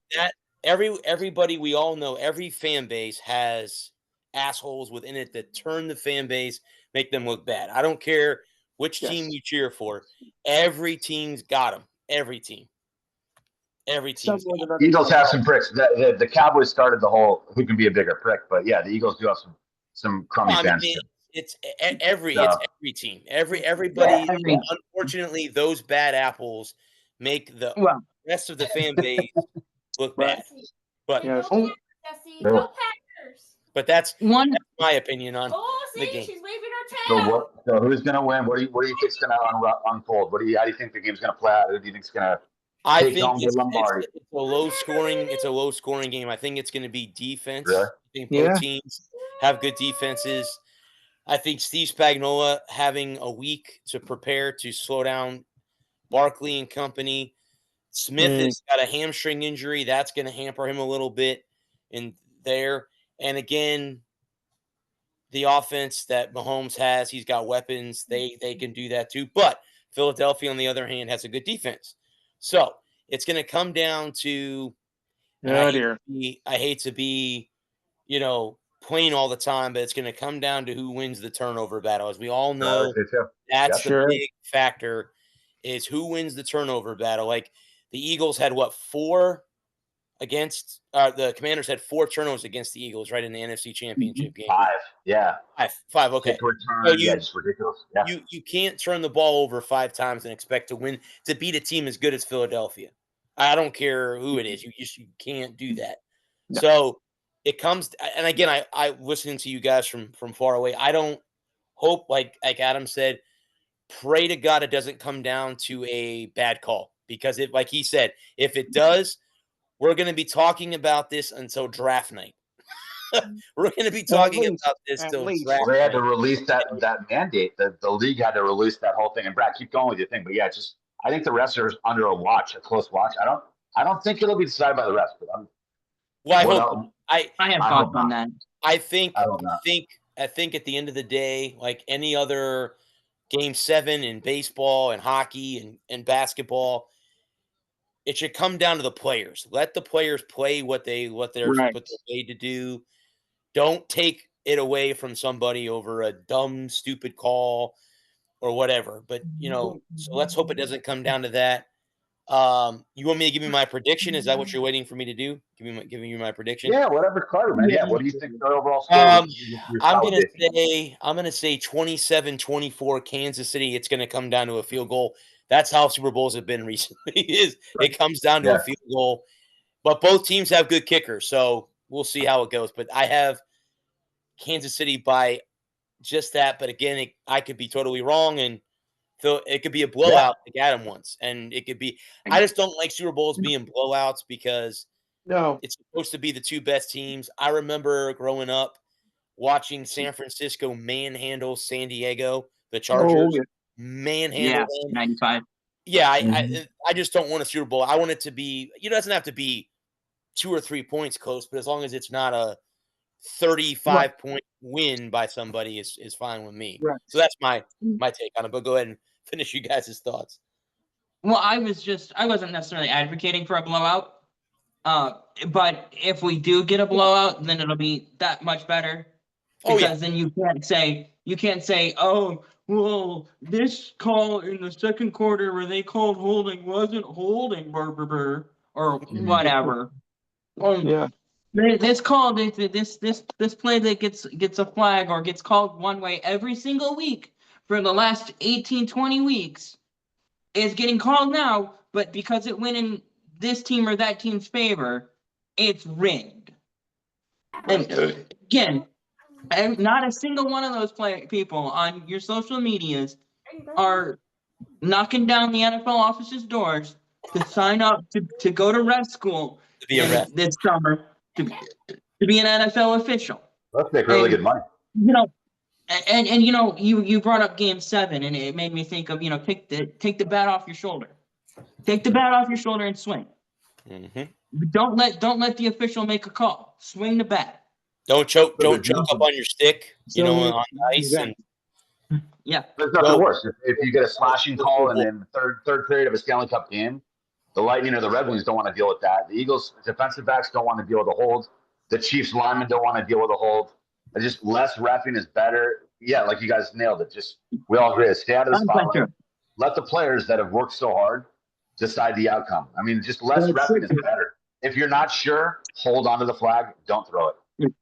Right. If you're going to call it, it's got to be 100%. Any game. That's really any game. Any good football game on Saturday afternoon. You don't want to see Alabama, Auburn. In the first quarter, you don't want to see too many calls. Sometimes they throw out flags every minute. It's 2 or 3 plays in a row. It's like college and pros. What is going on? Just a clean game with limited impact by the referees. We don't need 300 flags. Just keep it low. Let the players decide. I mean, that's just the best outcome. Yeah. If you're gonna call it, the thing that it's so hard is you go back to the Buffalo game, Kansas City Buffalo, in that such a close call. Yeah, that fourth down call that I think with where the official that spots the ball made the call and some of the reverse angles that I've seen and some of the overlays that I've seen for what they had to work with, and unfortunately the NFL doesn't have the ability to use some kind of sensor in the ball. They've tried experimenting with it. It doesn't work for first downs because of the fact that how technology is. It doesn't work. The chips are too sensitive and they get broken in the football. They experimented like 2 or 3 years ago where they were experimenting with trying to do some kind of chip technology in the ball, and it just doesn't work.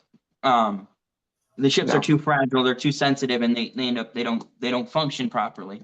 And so then and again, if the chip malfunctions in the middle of the game and they got to go back to the old way of doing it, then you're right back where you started anyway. So in terms of technological advancements and trying to do something else in terms of spotting a ball, I just hope that there's just nothing controversial. Just everything's clean, and we have a great Super Bowl. And that's why I was saying a blowout would be better. In terms of just not having to hear about it for the next 6 months. And like Brad said, of the draft. And then after the draft, then they'll talk about the draft for a week, and then we'll launch back into the NFL conspiracies. So they've been giving out some awards. I saw Jen Daniels won the Rookie of the Year. Yeah, Joe Burrow won Comeback Player of the Year. No, it's good. Patrick Surtain won. Come on. Defensive Player of the Year. That's interesting. And I'm still mad that Aiden got hurt. The guy behind Alex won Offensive Player of the Year. Barkley won it. There we go. Yeah, I'm still mad that Aiden got hurt because he would have won. Yeah. Defensive Player of the Year going away. It's crazy, man. The draft has been so good. That's the difference. That's the hope they have is to somehow, like, we're talking about turnovers. If they can you got to beat Mahomes and the Chiefs, you're gonna probably have to intercept him in the fourth quarter. Now they got 2 rookies. They're 2 draft picks. Mitchell and Vizine are 2 of the top 5 defensive rookie of the year candidates are Eagles. So it's like their starting corners are like 21-year-olds from Toledo and Iowa going against Reed and Mahomes. That's pretty cool. To start a Super Bowl, both corners are rookies. Talk about pressure though, man. Versus the best, versus Mahomes and Reed. And I think I'll say this for them is that they don't have to win. They just don't get beat. They don't have to hear them. Just don't get beat. Don't get thrown to. Yeah, less is better. Less is more. Yeah, less is more. There you go. Yeah. Mark of a great cornerback, you're just not really in the news. You're not on the camera. You're just blanketing someone quietly shutting someone down. The less they call your name, the better. Shadow them like a ghost. Yep. Right. The best corners you don't hear much about during the game. Yep. So that's but you can't hide from Mahomes if you're both rookies. So it's gonna be someone's gonna be getting some action.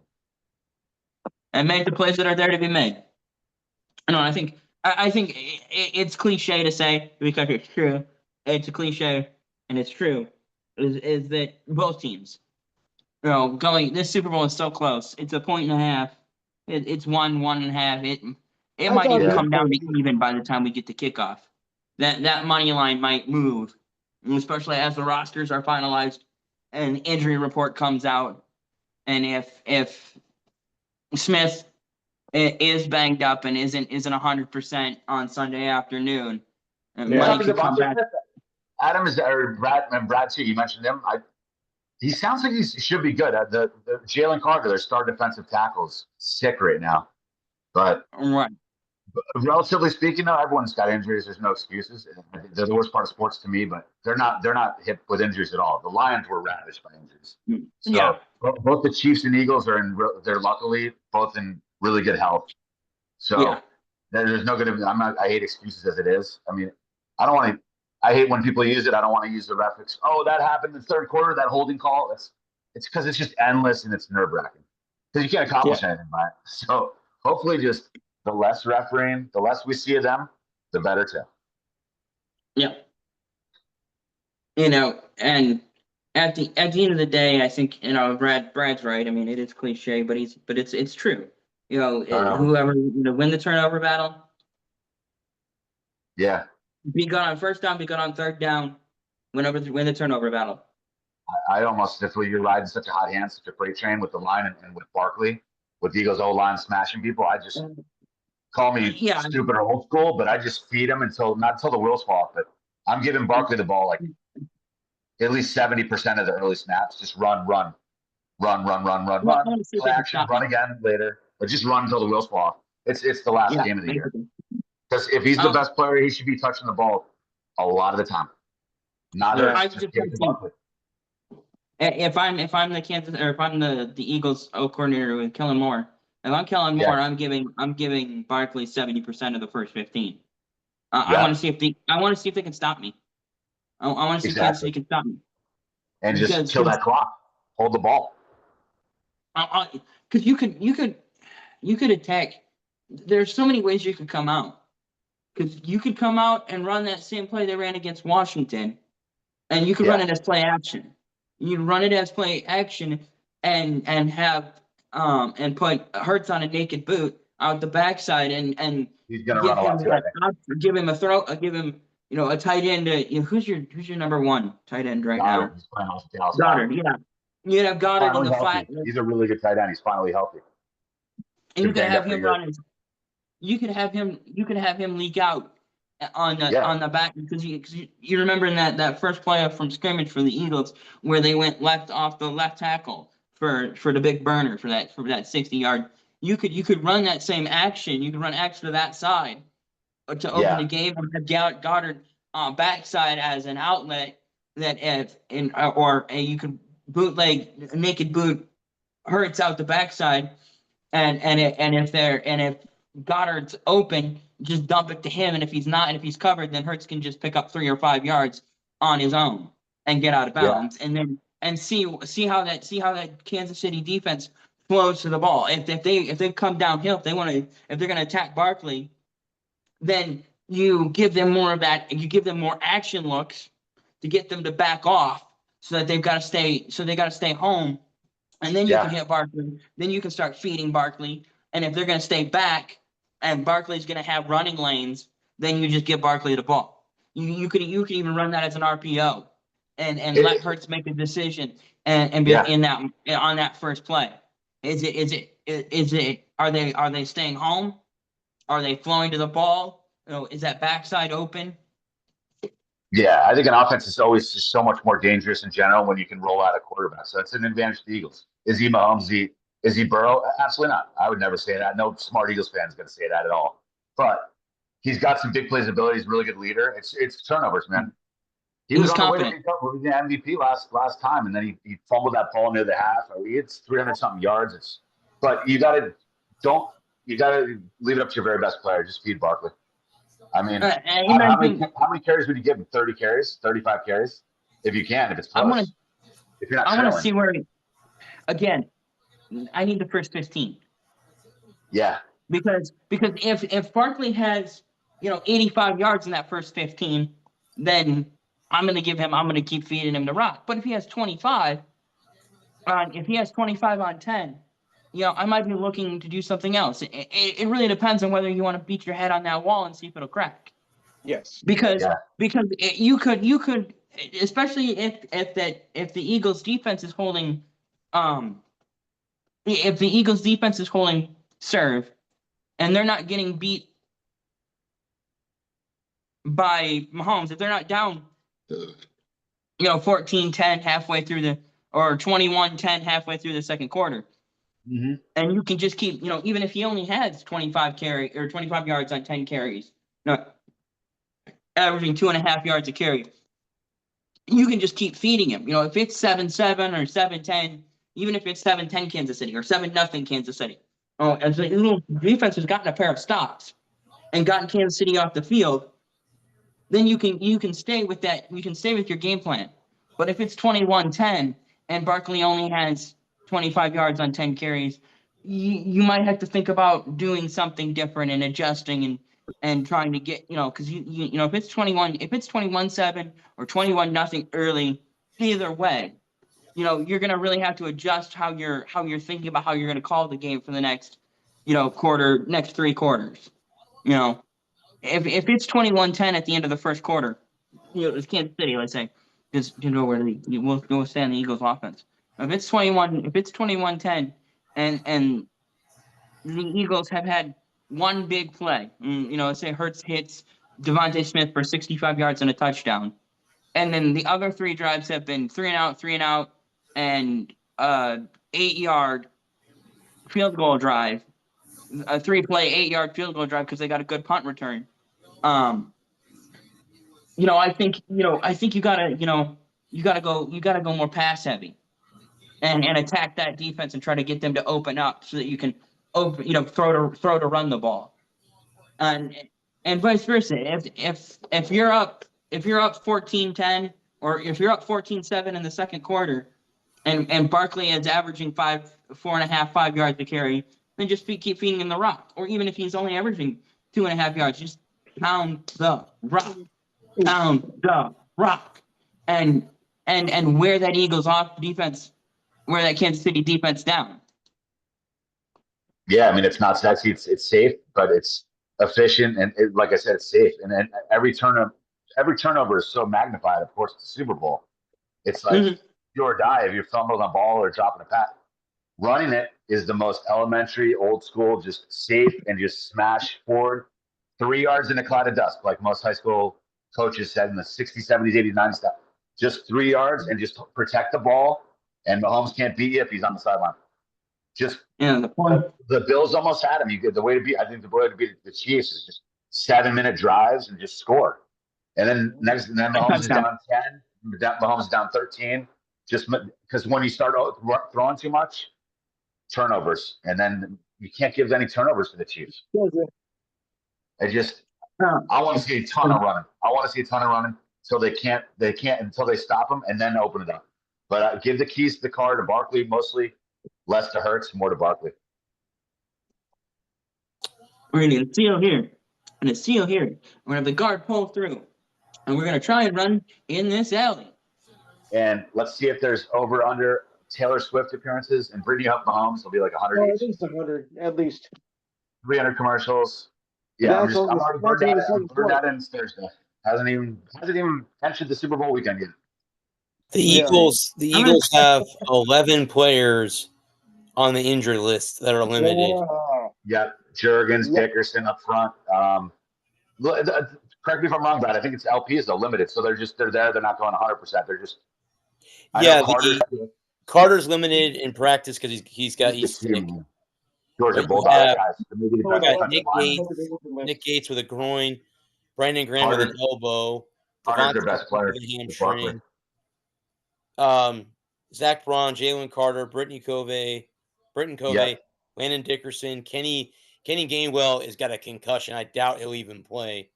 Dallas Goedert, Jerkins, I don't think and so. CJ Umanzada are the other. And the Chiefs have Sky Moore, Mahomes with an ankle, Jawan Taylor and Matt Araiza. So he's a punter. So other than that, but again, they're limited out. It's not like they're out of the game. They're just limited. And I'm guessing the next, probably today, probably was the last practice. Probably have a walkthrough tomorrow, and then a rest day Saturday, and the game on Sunday. So, I think the guys that are physically a little bit banged up, like Smith, they should be good.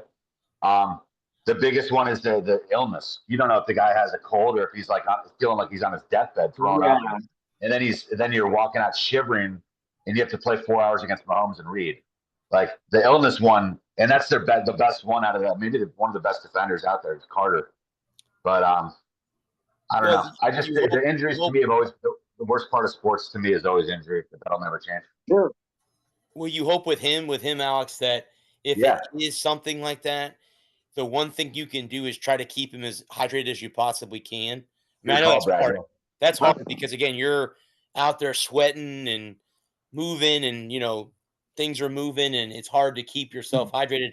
When you come to the sidelines, maybe you take him out every couple plays, take him over, give him fluid, send him back out, and keep him fresh. Because if you can keep him fresh, and when it comes to crunch time in the fourth quarter, when you need him to stop a run or a pass or a sack, that's when you want to have him at full strength. But again, who knows? He could be over the illness tomorrow or Saturday. We don't know how severe Sunday afternoon. Imagine that. They got probably four or five of the best doctors around are probably in some team hotel right now, like they're on the floor dealing with the guy. Oh yeah, I mean they got to get these guys ready. And he's their best defender. Guys are a wrecking ball at defensive line. They need him to win the game. They need him playing. Well, it depends on what he's got, Yeah, if he's got the stress right now of him. If he's like, am I going to be okay to play something? Like they've been waiting their whole life. Some of these kids to play. He's got plenty of time to get better. I'm sure he didn't practice today. He probably stayed at the team hotel, or he went to the hospital and got an IV. Giving him IVs, all the best medicines. These guys, these teams pay so much for doctors and sports medicine. They're keeping these guys in, turn them into well-oiled machines. So he's getting the best treatment.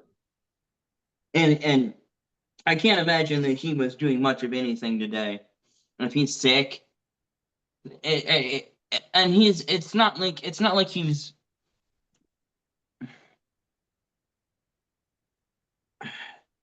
It's not like he's a running back where if he lost 5 pounds, it would really hurt him. If he loses 5 pounds, he goes from 335 to 330. Ugh. Huge monster. Wow. Yeah. Well, it's not like he's a defensive end. He's not a speed rusher who being dehydrated, being ill. He's a big bully guy, and with the big bully with a bowling ball, all you do is you push him. So it's not like he's gonna. I like his nickname, Baby Rhino. He's like a monster. He's so fast. I didn't know. I've only gotten into college football really through you, Lou, Brad, and maybe a few other guys that I've done this with. Like not right now. You guys are the only ones I'm riding with now, with you and Lou. But yeah, like in the time I've been an Eagles fan, man, he's the quickest, like best athlete I've seen. Carter's just an awesome player, and I didn't know how good the Georgia Bulldogs were. You guys have pretty much helped me get a lot more into college football. That's why I'm such a big fan of this team, because like half their team's drafted from the Georgia team. They've got some really good younger players. Like if they're going to beat Mahomes, this is the defense that's going to do it. I don't want to hear any more excuses. If they go 0-2 in 3 years, I don't want to see him back next year in the Super Bowl as an Eagles fan. No, get the job done. It's a little bit of a fib. My nose is drawing. You get my gist. I won't be protesting all year. I won't be like slandering them every day, but no, you don't get many chances. You guys think about Joe Burrow and Josh Allen. He deserves a couple by now. He hasn't even been in the Super Bowl yet. He's better than Hurts. You only get so many chances to get to that game. So get the damn job done. No, I've never even sniffed the game, so I don't know what you're talking about. It's like they can't keep asking about chances, saying, "Oh, now we had a Barkley." And what else do you need? Just you're in a good spot now to beat them. The Chiefs are beatable. No, absolutely. They're beatable. No, I 100% agree. I just think I just think he's full of crap. Because if they went back next year, he'd be just as geeked this year as he is. Yeah. They're like, no, I don't want my team. You, No, my team lost the Super Bowl. I don't want to see them go back. no, I wouldn't be. I'd be fed up for a couple of weeks at least, and then I'd just be Yeah. like, I'd be kind of like despondent. I wouldn't be into it like this. Now I'm just. That's why I'm quietly very just. Yeah. No social media. I'm just quietly ready to watch it again. Too much hype. Well, I'm burned out. Well, by October he'd be like, by this time next year he'd be just as geeked as he is right now if the Eagles win, even if they lose Sunday. I'm not sure Cheesy does that. I recently did. They won the games that I did this, so I'm leaving Barkley up. It's coming down either way after the game. I'll diversify. Yeah, no, I'm not going to be wearing my Eagles pom poms every day of the year now. Couple more days, we'll see what they do. Well, no, and like you say, like you with the Bills or with Burrow, there's so many teams that are deserving to get there. You can't keep getting these chances and messing up. So it's like your team's a perfect example, Adam. The Lions could easily have been there if they were healthy. So yeah, well, I know. Eagles even get back the next half decade. They got to make the most of their chance Sunday. Well, I think the Eagles are going to be a threat for the next decade. They're young. They're young. They're about to be dangerous for at least the next decade. So it's like now that you're there, man, it's hard to get there. The Commanders, the Lions. There's so many hungry teams that are worthy. See, the Eagles could easily not sniff that game for another couple of years. You never know. Maybe Barkley gets injured or something happens. You can't squander this opportunity. They need to play 4 good quarters and they can get a ring forever. 100%. I totally agree. But make the most of I can tell you from personal experience. When Michigan lost in 22, I was pretty despondent for a couple of weeks. Yes. And then the calendar rolled over, and we started the 2023 season anew. And I was just as ready to go win it all as I was at the end of, and when we got to the championship game against Washington, and it just losing makes winning so much sweeter. It really does. Yeah.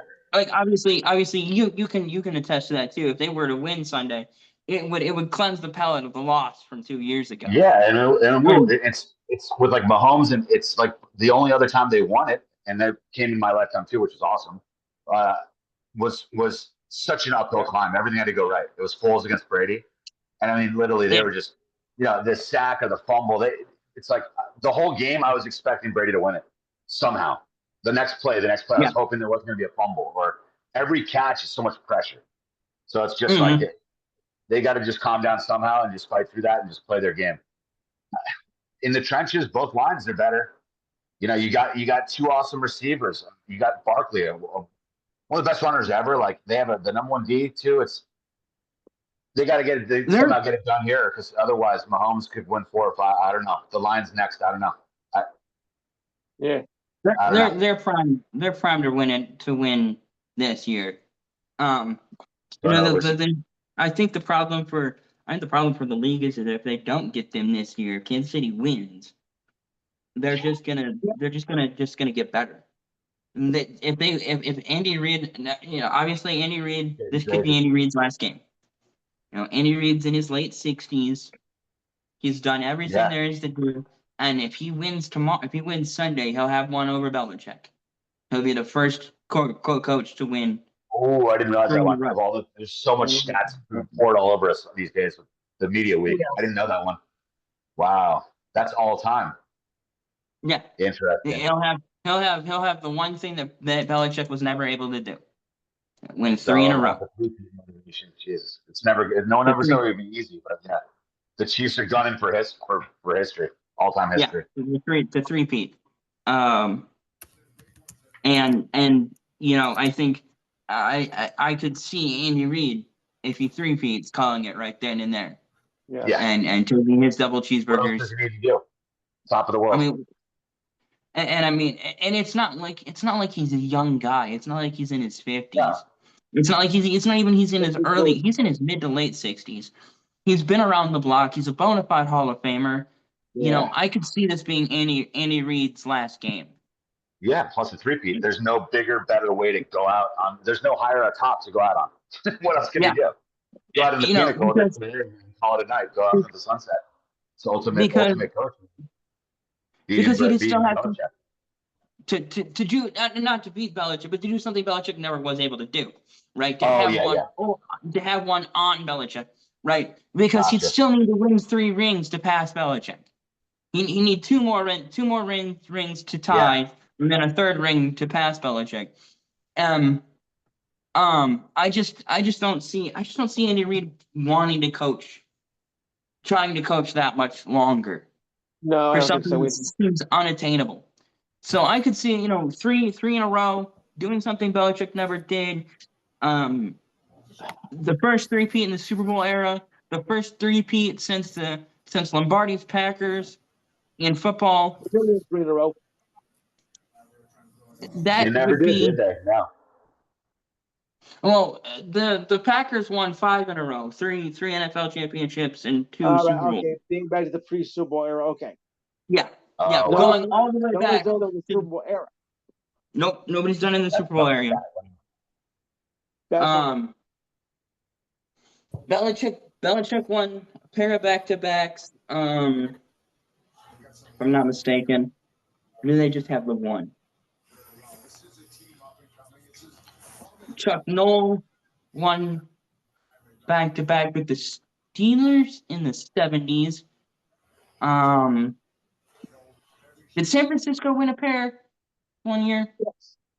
I think Montana got a couple, and then when Steve Young finally took over, he got one on his own too. So I think they won 3 in that. They did. Well, Montana had 3 at least, right? Didn't he have 3? Montana had 4, but they only won 1 back-to-back. You've got 1, yeah. Jimmy Johnson's got a pair. Jimmy Johnson won back-to-back. And Lombardi Packers won back-to-back. They opened and kicked it off with 2 in a row. And Chuck Noll won a pair, I think. Oh, and then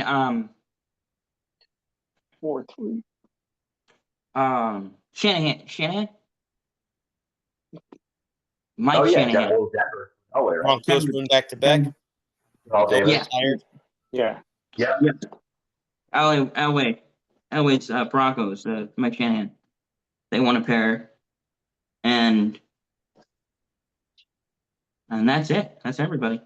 I'm still just shocked that they've managed to still do this. I just keep going back to the Chiefs were a lot more explosive, people like a Tyreek Hill, a Kelsey in his prime. Now Kelsey's like 36. We've all been watching him on Sundays. He's not nearly as quick. He's still awesome. He's like a good, awesome, big target, but he's not as spry and as quick as he used to be. Not dynamic. They don't have those just crazy weapons. No 1,000-yard rusher. So it's like, but now their defense is a lot better. But they just keep winning. Mahomes-Reed combo, is that all it is? Is it the D? It's like they don't turn it over. Mm-hmm. And they just advance. Because I thought the Bills were going to do it last year, that the Bengals, and no one's stepping up and taking out the Chiefs yet. Didn't you guys think, who's the next up in line, do you think, the AFC guys? I mean, who's going to start getting in Super Bowls from the AFC? The Bills?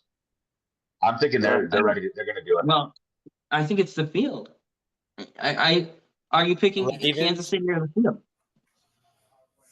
Well, I'm saying if this dynasty's got to end, who's going to be the next in line to start getting into the next a couple Super Bowl appearances coming up for the AFC? You think? I'm thinking the Bills, maybe. Ravens. It's tough to imagine someone else kind of taking their spot. Ravens, maybe. Yeah. Lamar can get over his playoff drought that he gets into. Yeah. Playoffs. Yeah, I don't like him, but I gotta respect it. The Chiefs just win. I mean, damn, they're awesome.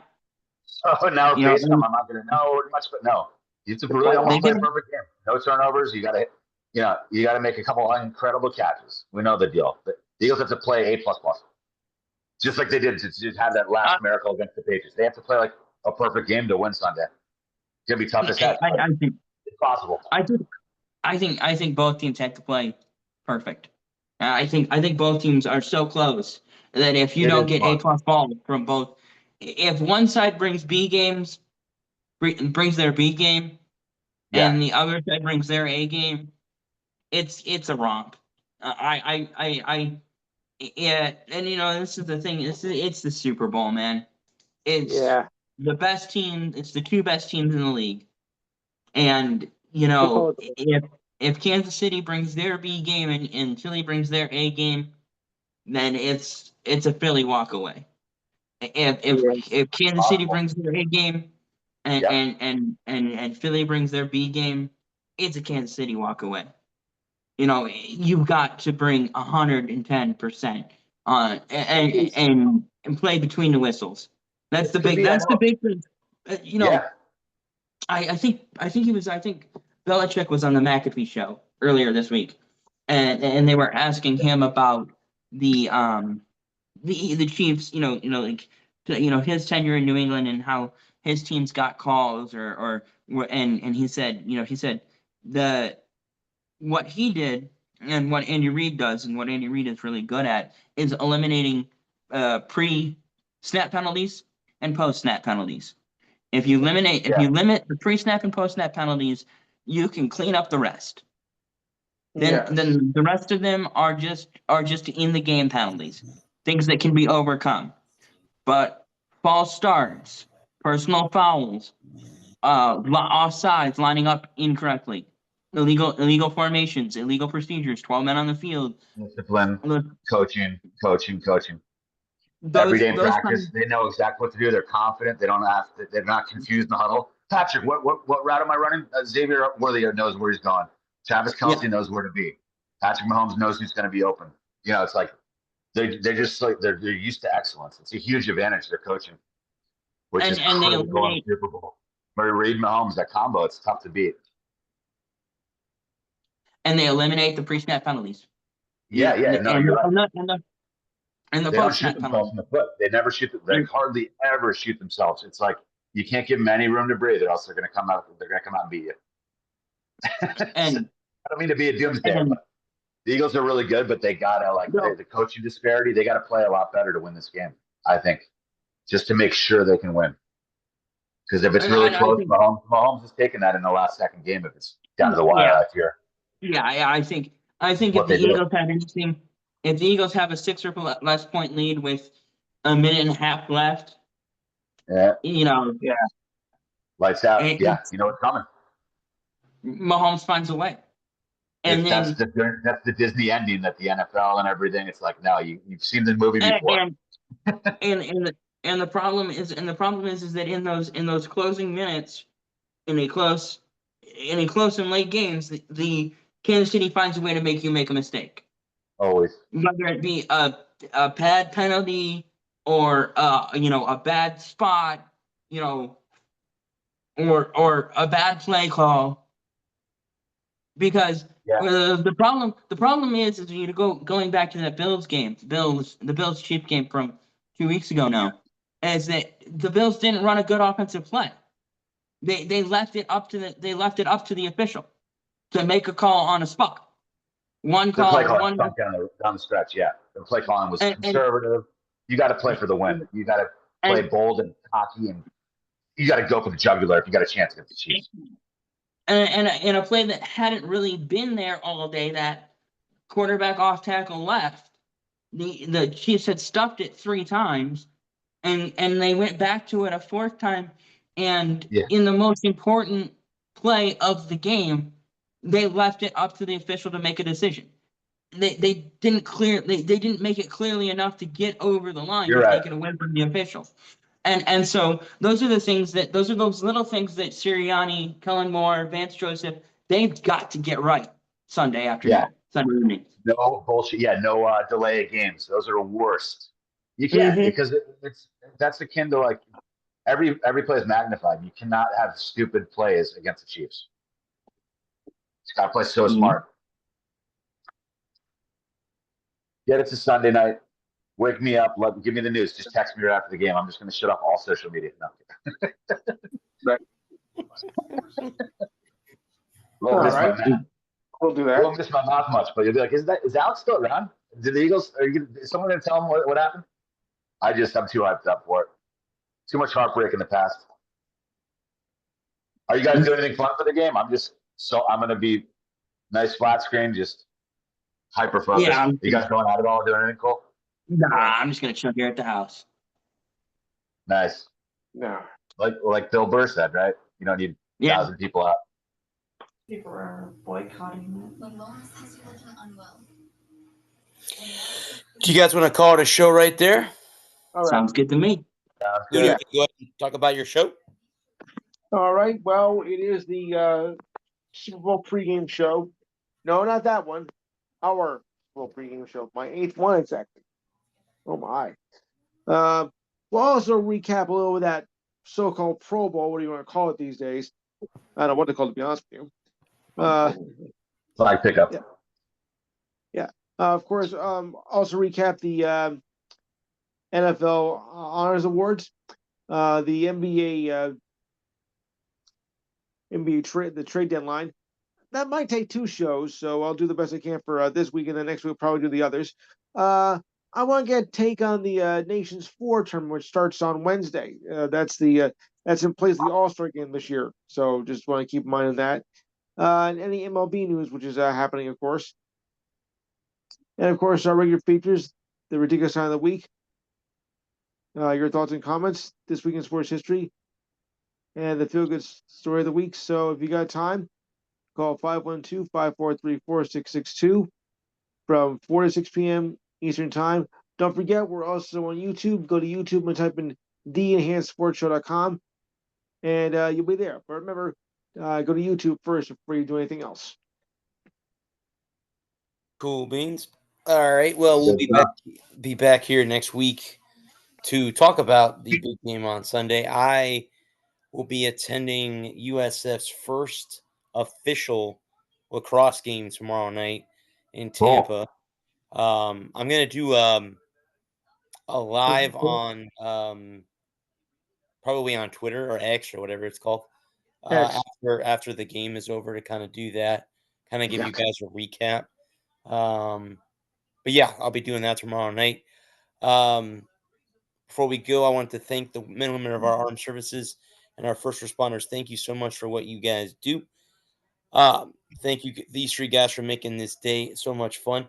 We'll be back here next week to talk about that. I am the sports show, Bradley Walker. This has been the Walker Report. We are part of NGSC Sports, guys. Remember the website, it's ngscsports.com. Till next Thursday, everyone, have a good rest of your week and a good Super Bowl Sunday. Peace. Good night, folks.